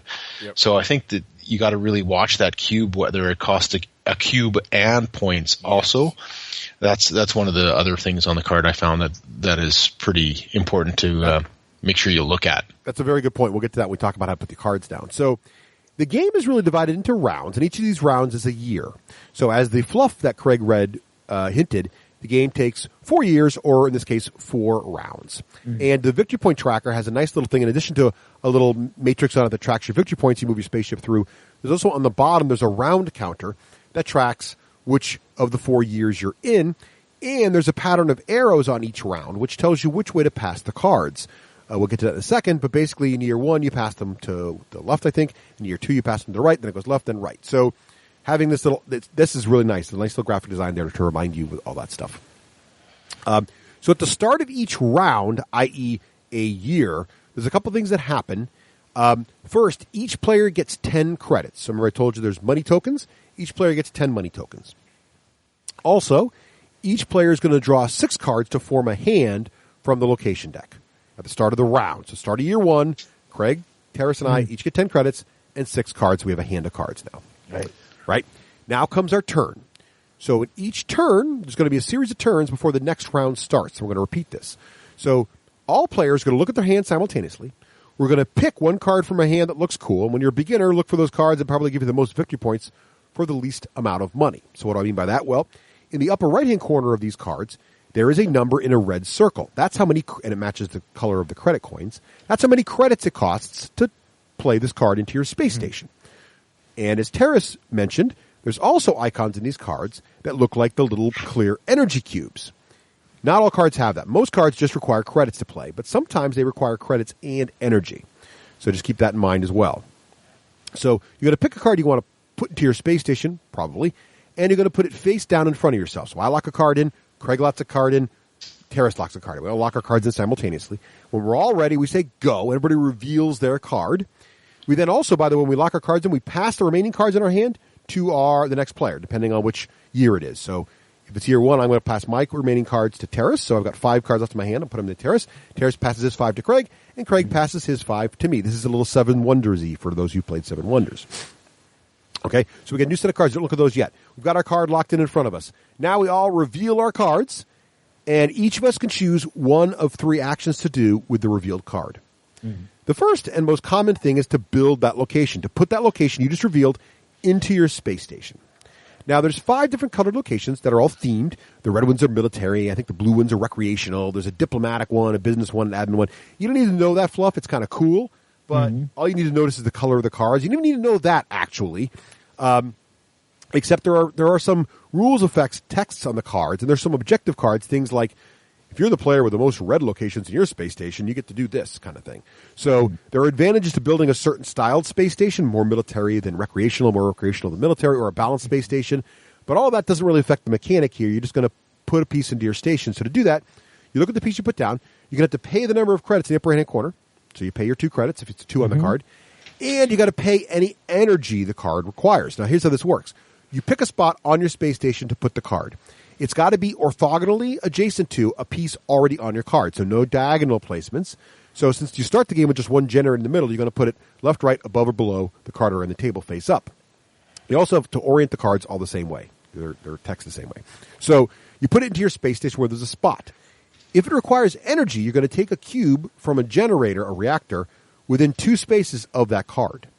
So since you start the game with a reactor with 2 cubes, you play a card that requires 1 cube, you take 1 cube off your reactor, return it to the bank, and you're ready to go. Now, here's the thing to watch out for. It's kind of tricky to get more energy in your reactors. There are things that do it. There's cards that make it happen, but it's pretty rare. So keep an eye on your energy levels. All right, so that's how you build a card, basically.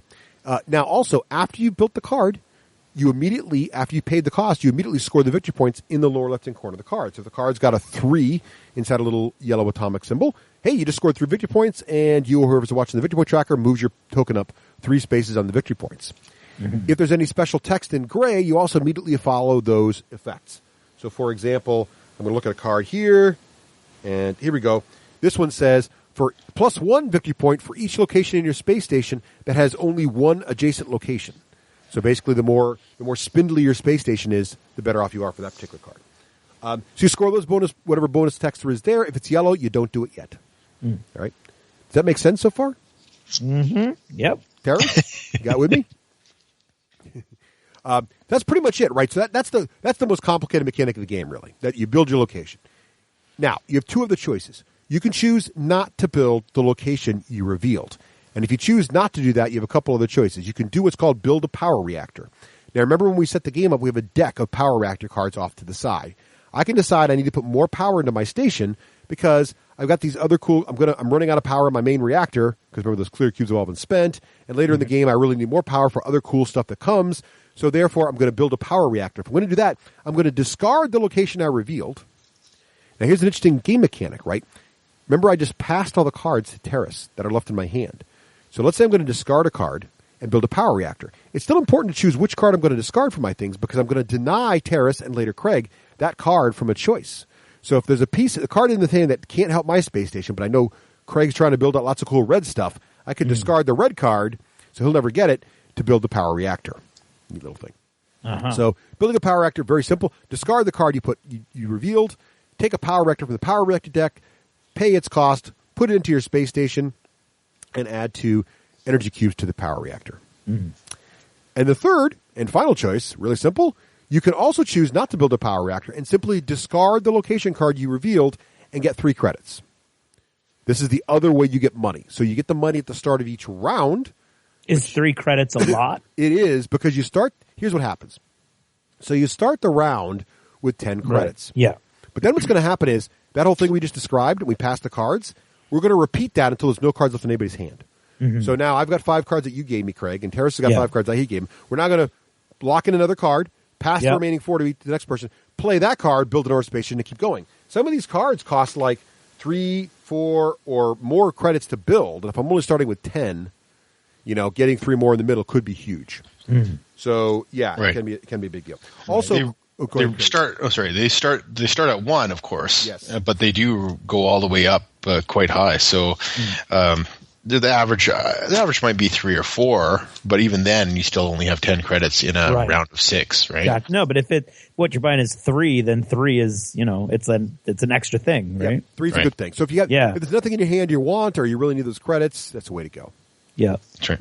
So that's nice. One way to get out of being hand locked. And that's pretty much the game. So then we continue passing the cards around like that and playing one card each and passing them around until there's no more cards in those initial 6 cards we drew at the start of the round. Mm-hmm. So we get to 0, and that's going to end the year and end the round. So at the end of the year round, you're going to do a quick thing. You're going to check for build errors. So at this point, what's also cool about this game is a lot of it's simultaneous, right? You think about it. We're locking in cards, flipping them over, we're building. Usually everybody builds at once, and we're all like, how many points you scored, Teras? I scored 3. Craig, I scored 4. Russ, I scored 1. A bad round. Do it. You also move the point thingy over, and then you just keep going. Because it's very, very quick. Now, at the end of the round, though, you should look at each other's space stations and check for build errors. And if there are any build errors, there's rules for that. Basically, you got to remove those pieces from your station that are wrong. And that can happen because there are cards that say, can't be built next to a red location or can't be built within 2 of a power reactor. And they're kind of fluffy. It's like, it's like the recreational area can't be too close to the weapon systems, that kind of stuff. So you do that. If there's something that's illegal, you got to remove it, and you lose the victory. Klingons would disagree. They might. That's true. They might. That's true. Well, there might be faction powers that do that too. So that's it. And then what you can do is repeat each round like that. And the only thing changes from round to round really is the direction you pass the cards. So in round 1 we pass left, round 2 we pass right. So I'm giving Craig cards now instead of Teras. Yeah. And then at the end of the 4th round, the game's pretty much over. It is over. And now we're going to check for any final stuff. So we check for any objectives that might have been achieved. Remember, objectives are optional, but some of them are like, be the player with the most red stuff built. Be the player with the most yellow stuff built. So it's that kind of thing. And you'll know this in the beginning of the game if you're playing with them, so you can kind of try to target some of those objectives. If you satisfy an objective, you score some victory points, right? And there's only a limited amount of those handed out also for the based on player for the game. So you might have, how many of those are there? Hang on a second. 1, 2, 3, 4, 5, 6, 7, 8. About 9 or 10 of those objectives. So, but I think only 4 are handed out for a 4-player game or something like that. Right. And so they're not always the same. So that kind of puts your the shelf life a little bit higher. And those are, whoever wants that objective can claim it. Like, it's not handed out per player. Right. It's in a stack, and people can just claim whatever objective they want. Yeah, usually we put them out next to the scoreboard at the beginning of the game so you can see what's available. That's right. So those are cool. That's one thing you can do. Now, here's where I was getting into trouble, Craig, because I forget to tell these other victory point exactly. Well, it's good that you know this about yourself, Russ. But the good news about this game is I just picked on them for not having a good quick reference. However, they do have little card-sized reference cards. Did you just get a tweet from Steven? No. It's still somehow he's tapped into our recording. It doesn't have the setup, unfortunately. So it's still missing that part we talked about. But it does have turn summary and round summary. And it has the end game scoring. For example, check for objectives, get the other ones I'm about to describe. So if you hand these cards at the beginning, every player should know what the objective factors are.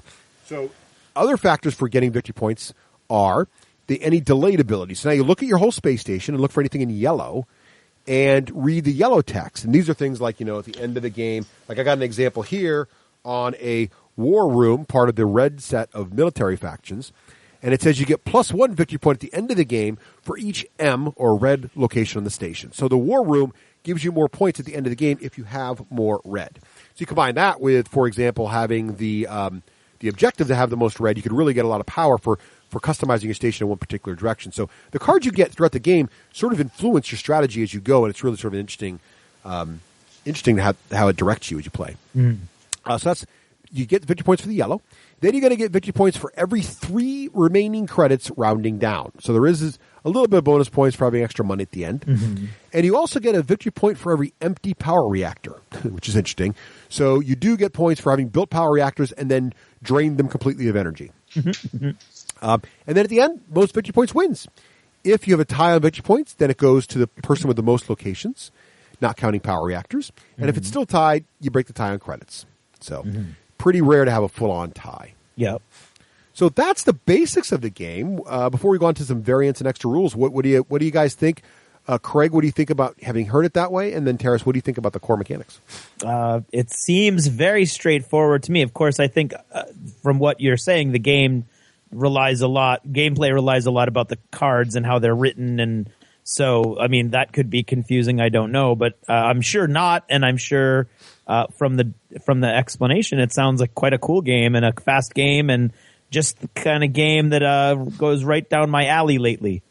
Yeah, and it's cool too. Like the fluff actually works. So I'm looking at one of the blue cards here, like the transportation platform, and it's one victory point to build it, but it's plus 1 victory point for each transportation platform also in your station. Something one transportation platform doesn't seem like it's worth very much, but if you keep adding them now, it's easier for people to get around your station, and it gets more and more. They get more and more valuable as you add more. Another cool one is plus 1 for each blue. It's the waste processing facility, and plus 1 for each blue location in the discard pile. So here's a good example. You build a waste processing facility, and then you start burning blue cards, right? During the getting money and other phase to try to make you be the best waste processor. So where the conflict cards really come in, which is cool, is they add interactions with other players. So all of a sudden you can trade locations and cause things to start failing and all kinds of interesting stuff. It makes the game a little more interactive. But there's still some interaction here because you don't feel like you're playing solo because you're constantly passing the cards. I feel like. Teras, what do you think about the basic rules? Yeah. I wasn't sold on the whole drafting card mechanic. I didn't know really kind of what that meant, and that's basically the movement of cards from one hand to your hand to the next person, right? And I thought I was going to be too cutthroat and too random, but actually it's hard. You can burn other people, but it's kind of hard because you always want to build. So I think that there's a good dichotomy between the two, that you can move from one hand to the other. You can have hope that you're going to get a card back to you, because it's important to have cards side by side. For instance, I think that's like if you have the ambassador quarters, you want to play that beside the embassy offices. Yep. So I think that it really gives you kind of an interesting mechanic where you see these cards disappear and then come back. So I was not convinced that it was going to be neat or fun, but it really is fun, actually. It's important to think about burning other people, though, because I think that you can do that. Like, again, the whole embassy thing, if you happen to see the guy puts down the ambassador quarters, you want to burn that embassy offices so he doesn't get it. Yep. That kind of thing. There's also cool stuff in one of the expansions. Add a little bit, and the expansions add more cards that work under these mechanics. But one of the things that's cool is the Planetary Aid Organization, which is a green card. This only costs 3 to build, and it's worth 5 victory points to the player that builds it, which is awesome. But it has these 2 rules on it. When you play the card, you must either choose another player, and that player gets 2 credits, or choose 2 other players, and they each get 1 credit. And there are quite a few cards like this in the game where, as you build them, you have to give things to other people. And so all of a sudden it becomes this thing, well, I'll give it to you now, but when you build something like this, you got to give it to me later. So there's a little bit of that negotiation and then backstabbing if you decide to give it to another player instead of the guy you had an agreement with. So there's a little bit of that going on too, which is neat. Exactly. And the randomness, I think, actually gives the whole game a cool flow, because it's almost as if you're trying to find supplies. In your construction field, you're looking for supplies or something, and it's not always there, right? So I like that construction feel, that okay, what am I going to build? How is my space station gonna pan out? And I think it's great that way. It's great when you screw up, and that whole mechanic when they say, okay, you got to look and see if the other guy's, screwed up on his placing. Like, oh my God, I put the gardens too close to the power supply, so it's full of radiation, so that's all gone. And you don't get your credits back, by the way. So I think that's a cool mechanic too. I think that's a lot of fun. Yeah, I can see it being nasty if you really screwed up really bad and you lost a whole bunch. But I don't know how often that would happen, but yeah, that's a fun part of it. I mean, but for me, the best part of the game is the spatial aspect of the game. You really do have a sense of building something, and you don't know what your space station is going to look like, but you can kind of play it in a certain direction, and it'll come out pretty much what you were hoping it would come out to. But it's really interesting to see how that kind of organic growth happens, and to see what your space station looks like in the end. Is it good for everyone?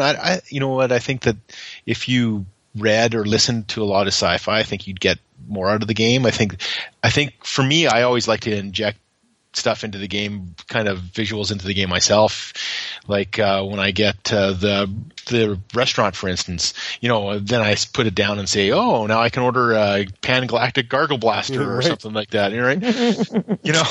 And so if you do that kind of thing, I think you'll find it has more of a theme. Like if you have to inject theme in all games, I think, and I think this game it's important to do so also. They do a good job. You mentioned the spatial part, Teras, and I think one of the things that's really, really cool is some of the restrictions on the cards really make fluffy sense. So like there's one card called the Observation Dome, and this is a card that's really easy to build. It's only 2 credits to build, and it's worth 3 victory points. So it's almost a no-brainer. Anytime you can pay less credits than victory points you get usually is the right play. Mm-hmm. But because it's an Observation Dome, the rule is you may not place any more locations adjacent to the observation dome. So the observation dome basically got to be on the edge of your space station. It can't be in the middle. It's not observing anything. So it's fluffy and cool, but it's also a neat game mechanic because it's cheap to build, but it also restricts how much farther you can build in that direction. So neat challenges. Exactly. So the spatial stuff's definitely a big part of the game, which I really, really like. Mm-hmm. Yeah, and it really does have that, okay, where am I going to place this now? And so, yeah, and of course, if things screw up, it's the engineer's fault, as it always is. So you can always shoot your engineer. I wish there had a card about that. But I really think the table placement part is what makes it not feel completely like a card game. I think that contains it from a card game to I would describe it more as almost a tile placement game, even though you're placing. Yeah, that's what it sounds like to me. Yeah. So let's talk about some. I would agree with that. Sorry, I do want to add a little bit to that because I think that really is important to the whole thing. It does feel like a tile game, and it has that whole. Again, the drafting mechanic, but it really does feel like you're building something, which I think might be a little bit different than gives it a very unique flavor, I would say. So a couple variants that they include in the game. We already talked about the aggressive mode, which gives you some cool cards. I would just say just do it. I think it's fun. There are rules for 2 players. Teras, have you tried the 2-player variant? Nope. I haven't either. Any game that requires extra rules for 2 players always makes me nervous, but I think the game really shines with 3. I think because you really get or more. 4 is also great. There's a variant that I really love called Limited Space. Have you tried this one, Teras? Yeah, I think that's the best. This is the best way to play it. So basically, what it means is that when you start playing, if my space station starts to butt up against Craig's, we can't place tiles to get in each other's way. So we're not allowed to move our space station to make room for each other. So basically, as you start filling up the table, the physical location of your opponent starts to affect where you can still build, which is a lot of fun. If you don't want to play that way, it's fine. You can then, rearrange, spread the table out, add another table, move Teras over to the extra table or whatever. Teras, go to the kids' table. Right, go to the kids' table. That's where I eat most of my dinners anyway. So. How big of a space when you use this variant? Do you limit the table space? Like, do you say we're going to only play this big of the table space? Like, how do you do that, Ross? Myriad has 4x4 tables, these little square tables. We played on those, and that's a lot of fun on those small tables with 4 players because it gets in the beginning. You got each has 1 reactor cards. You got plenty of room, and then all of a sudden you're like, and what'll happen is players will intentionally shoot out in one direction just to screw another person. Awesome. That's awesome. So they go straight out and get into someone else's space. Just to give you an idea of how we play, the environment in which we game. You want to try to establish the bounds of your territory, so people shoot way out. It adds a whole new metagame. It's really, really a lot of fun. So what would you say would be that's for a 4-player game? A 4x4 table is perfect. Or would you think it would be a different size? I think a traditional card table would be good. Smaller is better in that case, I really think. Otherwise, you won't notice it as much. So you want to get the people close. And it's got to be square, otherwise players will be affected more by certain players than other players. So by getting on a square or round poker-style table, I think you'd be in good shape. But I really like it. It's my favorite way to play the game, although it's just as fun without it. It just adds another whole dimension, literally, to the game, which is neat. Ooh. I saw what you did there. Now, a couple of the variants, the objectives, which we talked about, but also factions, which adds the flavor. So the game we described to date, so far, is every player is an equal. But there are a bunch of these really nice, thick cardstock racial factions, if you will. And if you play with these, each player has dealt one of these randomly at the start of the game, and they each have their own faction powers. So, for example, the Caesarians, with a lot of S's in it, they have a couple special rules. One is, during the game setup, they can play all unused special locations in one tile. They place them all in a special pile. And then once during each year, they can draw 5 cards from the unused special location tile, and then remove 5 special location cards from your hand from the game. So basically, they can swap out and find other interesting special locations. There's other guys who, like, for example, the Shepias. They gain 4 credits when they discard a card to get money instead of 3. And at the end of the game, they get +1 victory point for every 2 remaining credits instead of 3. So these are your money guys, right?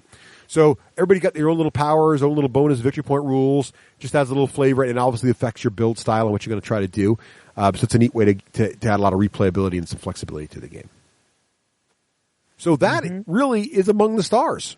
But before we get to our final thoughts on this, Craig, in the style of a space station commander who can't decide what new construction project to start next, please describe the patent-pending D6G rating system. Okay. All right. It seems we've got a generator, a giant hyper cannon, a pan-galactic gargle blaster machine, and what is that? A brothel? All right. What would make my space station the uber station of all the galaxy? Well, I suppose I should probably rate these in order of how I think they would work with my space station. Well, let's see. The Pan-Galactic Gargle Blaster machine, of course, is going to be great. Well, you know what? Since most of my guys are really good at dice games, I'm gonna let's say whatever you got to roll. I'm gonna say rolling a die, and of course, the lower you get, that gives you more of a range of numbers at the top there. So the lower the number, the better. So I'm gonna go with brothel for 1+ with a reroll. Very nice. So yes, the lower the rating, the better. Kid friendly. Yes. So and they're all green, of course. All of them. Who's they? Green aliens. Green. Man, you guys are being very judgmental. Teras, you want to kick us off here? As you're the guest? Tyranny of they. They. Well, it's that's why I said all aliens are green. I get it. Oh yeah, sure, right. That's fine. Yeah, whatever. All those ones are green. I think it was a Star Trek reference. Those ones. Because you know that there's the space disease out there. Oh dear. Anyway, we will stop now. Anyway, yes. Teras, would you like to kick us off here on the review section of the show? Sure. A few things of note I wanted to say before we go on, because we talk about Seven Wonders a lot. So it's Seven Wonders. It has Seven Wonders elements for sure. I think a lot of people would compare this game to Seven Wonders for sure, but I think that the spatial thing really sets it apart, and theme-wise, I think that really changes the whole structure of the game for me. More scoring as you go, so you kind of know where you are a little bit better. And there's a few things that you have to take into account. You have to make sure you know that that white or gray card at the bottom, the yellow card at the bottom. Figure that out as you play the game, because you have to place it and it's going to affect you. There's also a couple things that you didn't mention, Russ. There's that max in station little box. Sometimes they're really hard to find, right?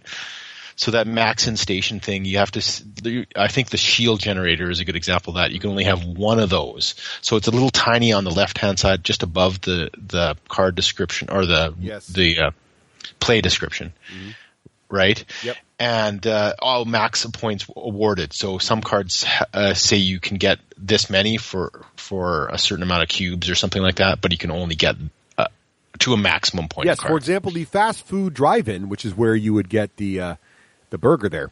It's +1 for each location in your station that has only one adjacent location, but it maxes out at +3. So that's an example of that. But it doesn't have any limit on how many fast food joints. But then the council room has a max square of 1, which means you can only have one council room in your station, period. Right. So yeah. And exactly. It's pretty clear above the victory points, but you do have to kind of understand what that means. That's right. Yeah. Yeah. It's kind of, I don't know if it's really explained all that well, to tell you the truth. It really isn't. You have to kind of figure it out on your own. I noticed that too. Yeah. The races, I wonder if they're balanced or not. I haven't played enough to figure that out. What's your take on that? We played them a little bit, and we haven't played enough of the races to feel that they're unbalanced. Okay. So I think what we found was the objectives, people driving for the objectives had a lot of impact. Okay. The game. But I honestly haven't played enough of the races, enough variety to really notice that yet. I wonder if that's even an issue, though. Like, if they're not balanced, just make it sure that everybody cycles through the aliens when you play. Gives it, again, a little bit more shelf life, and that's okay if one's stronger than the other. I think maybe a little bit. I'm not saying a crazy amount stronger, but if you guys haven't noticed in 5 games, then clearly it's not that not that big of a deal. So that's about it for things I wanted to add. But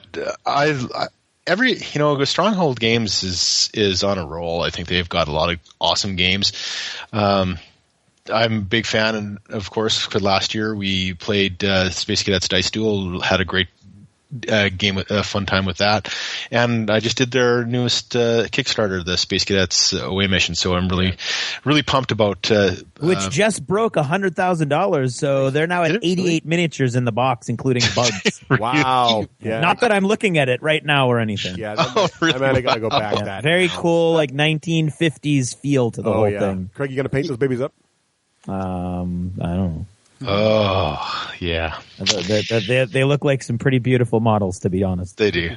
And I love the vibe, like you say, the 1950s thing. Yeah. But anyway, we're going on to somewhere else. I don't want to go there. Right. I didn't mean to make it that kind of way. But anyway, I think it's another triumph, in my humble opinion. I think it's a great game. I think it's so much fun. Very awesome lead-in game.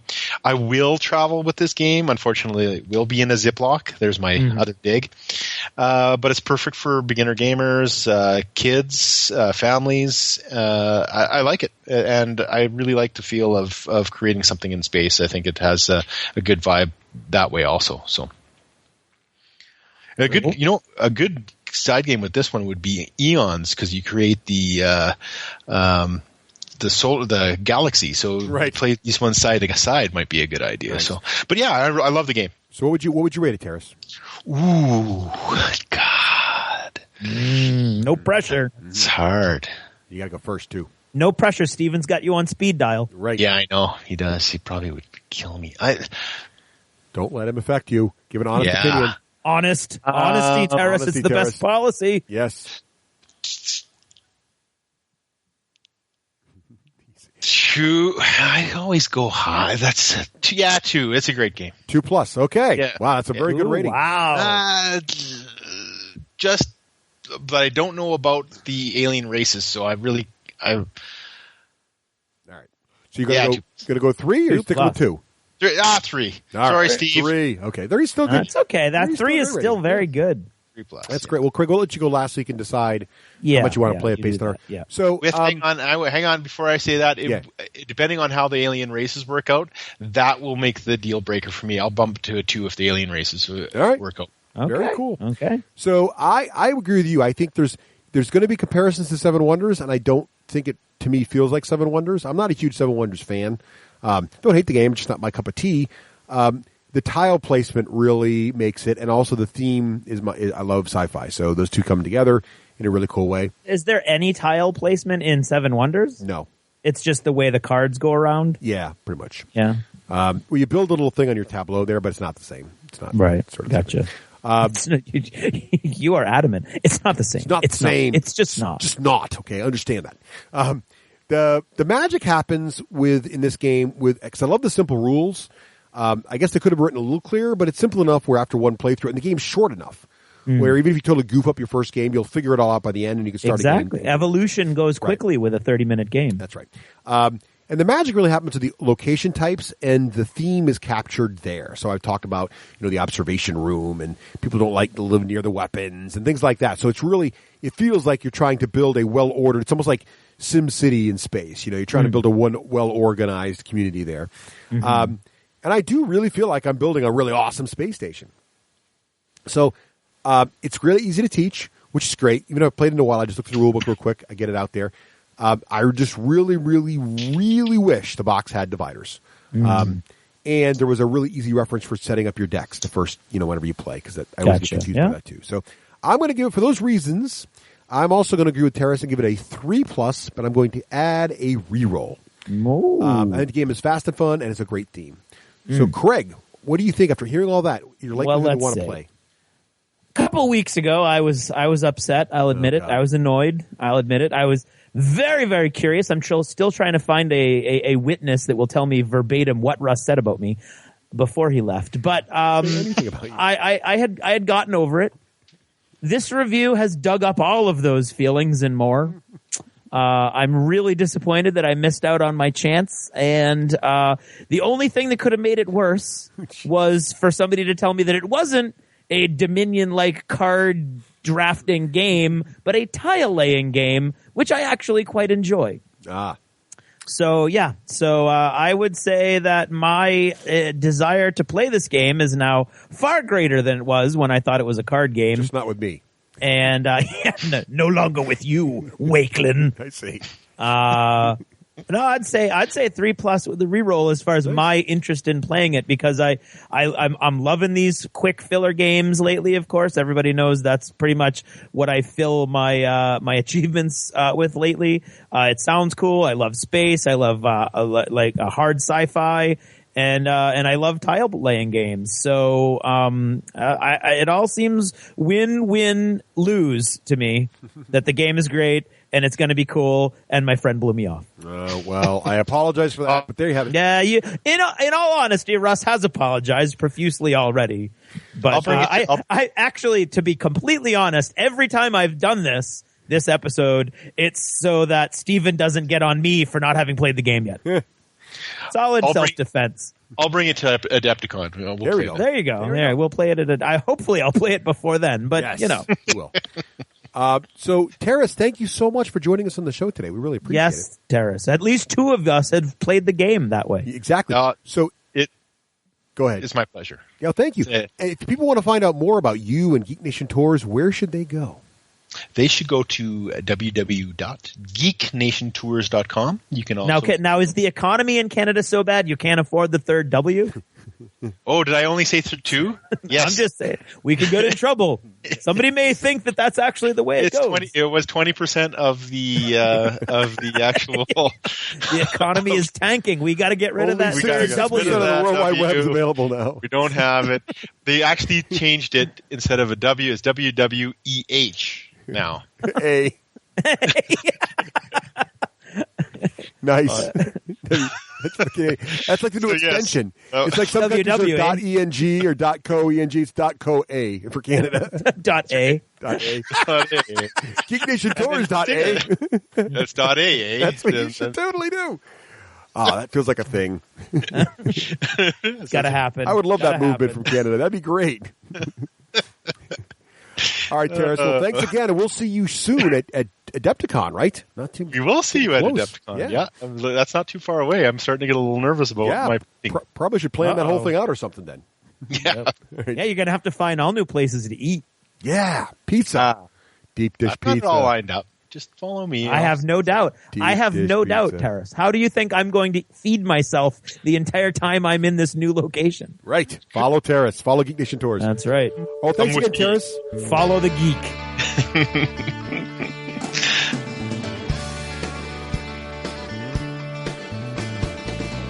This edition of Did You Ever Notice is brought to you by all of our fine patrons over at Patreon once again.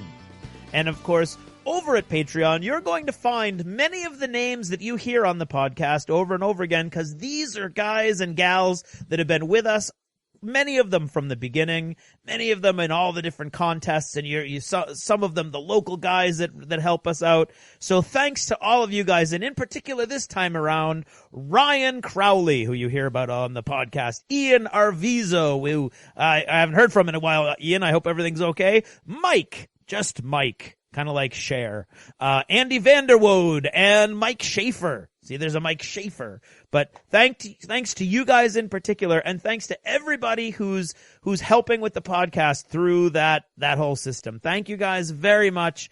And if you're not a patron, go check it out. And if it seems like a couple bucks is worth the 4 hours plus of entertainment, or whatever it is that we offer you, then that's awesome. And if you can't, that's awesome too. That's why we love the Patreon system. So no one has to feel like it's costing anybody more than they think it's worth. So thank you guys who think it's worth something. And if you do and you haven't gone there yet, go ahead and check it out. Did you ever notice how often you can feel lost and confused in life? Whether you're actually lost, let's say your GPS has completely failed you, which happens about 30 or 40% of the time with me, or you're in a social situation, you have no idea what the right answer is. You've done something and you're like, oh, I don't know if I should apologize for this or just see what happens. I mean, there's so many different times in life when we feel lost. And that's what I'd like to talk to you guys about tonight. I've had a lot of people ask me, for another update on my writing. And I have a whole new slew of thoughts because now, of course, I'm writing my own book. I don't have anyone scanning through the outline saying that I can't do this to that character or this character has to ride one of these. Or the character has to end their story arc here so that it makes sense to have this model. So, and there's nothing wrong with all that. That's very cool and gives a lot of structure for me as I'm writing. But now I'm on my own. I'm working pretty much without a net, so to speak. Now, the fine folks over at Wing to Sar have been awesome, and they looked over, of course, first I did, just like if you went back to, I think it was, episode 130 or 131, where the Did You Ever Notice was about my writing novels, and I had I was just completing my second. Now I'm working on my fifth, and it's my own, like I said.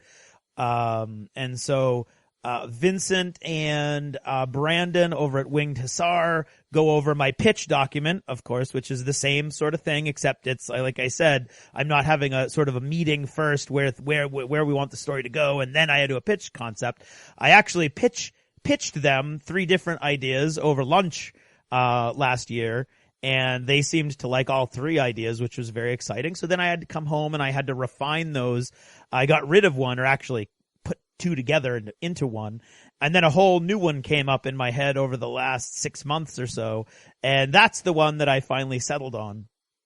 So I had a pitch document, and like I said in that last Did You Ever Notice about writing, then you've got to write a beat sheet, which is, the arc of the story, then an outline, which is how do you tell that arc, which are the best, points of view, which are the best, the scenes that you want to have on camera, so to speak, or on stage, and the ones that you want to just, be quick tell about. A huge issue I'm having right now is I believe very, very firmly that you should, as often as possible, show, not tell. So you want to show the reader what's happening rather than just tell them what happened, meaning have 2 characters in a room having a meeting, talk about what happened, as opposed to showing, narrating the actual event. And I have a moderately large chapter that does a lot of that, and it lays the groundwork, and I'm agonizing. I've had 2 alpha readers go over it with a fine-tooth comb, and neither of them found any of the issues I thought was in it. So that was very confusing and a little alarming. But what I want to talk about now is I'm in the middle of the book now. I've just crossed 55,000 words. I'm not even remotely close to the middle of the outline, which is a little scary. So this is either going to be a much larger book, or we're going to have to bastion it, which is what happened with Bastion, and split it into 2, which is really not something I want to do, because this is a trilogy that I've put together in my head, and I know exactly where I want to go with it. And if I have to start breaking it down further to make the book smaller, I really don't know where they would break. But here's the deal. I'm totally lost. At this point, I have no idea what I'm doing, and it's very nerve-wracking. It happened to a lesser extent with the first 4 books, and it sort of happens in the middle where you start to lose sight of what you've already written, and you totally forget at this point, because you're talking weeks and weeks or months since you wrote the outline. You forget where you're going. And it really starts to get nerve-wracking. You can go through the outline, but even that's like not stirring it up. The book kind of rewrites itself as you go and refines the outline a little bit. And so what I've realized is how much of crafting a novel is that outline. And so, I mean, I'm very glad I put weeks into the outline, which is good.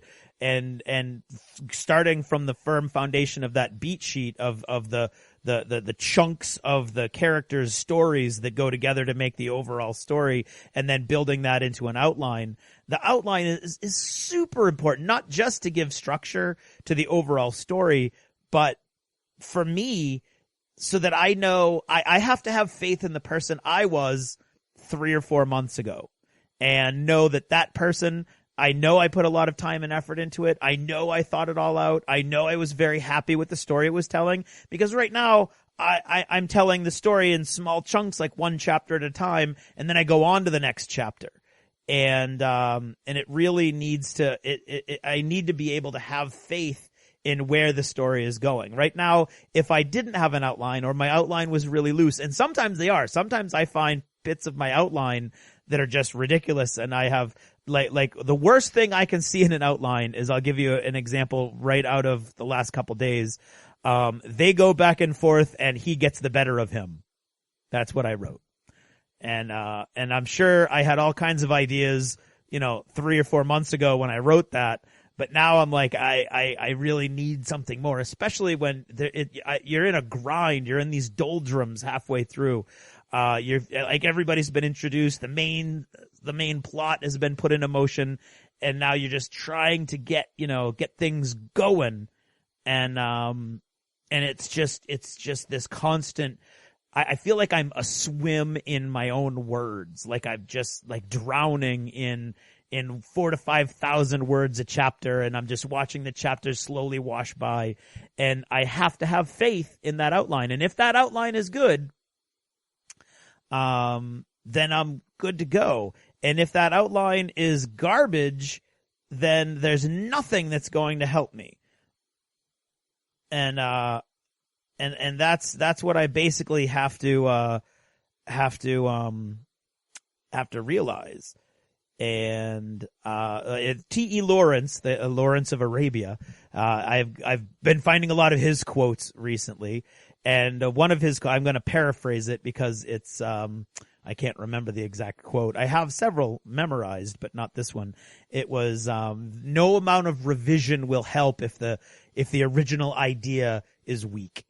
And that's where you have to I have to have faith in my original idea. So that's, again, I'm basically trying to reaffirm, because I know several people have been emailing me about enjoying these bits where I talk about the writing, and you want to write, and you want to start writing your own books. And I think that's awesome. I think everyone who thinks there's a book inside them needs to write.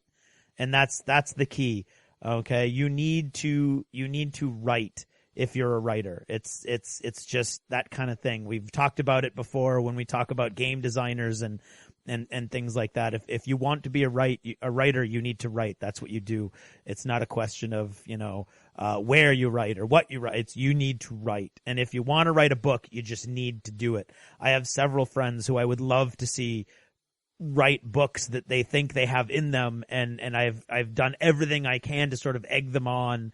And some of them are, and that's awesome. Many of them are not. And that's frustrating, but I know there are many of you guys out there that are thinking of it too. So I just want to say, put in the time and effort on that outline. Have faith in your outline before you go. Don't be afraid to change the outline, to adjust it, to share it with other people to see if it makes sense and see if the story arc is there. And then once you start, it's your lifeline.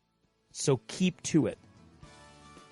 And that's about all I've got to say about that. So thanks for listening, and good night.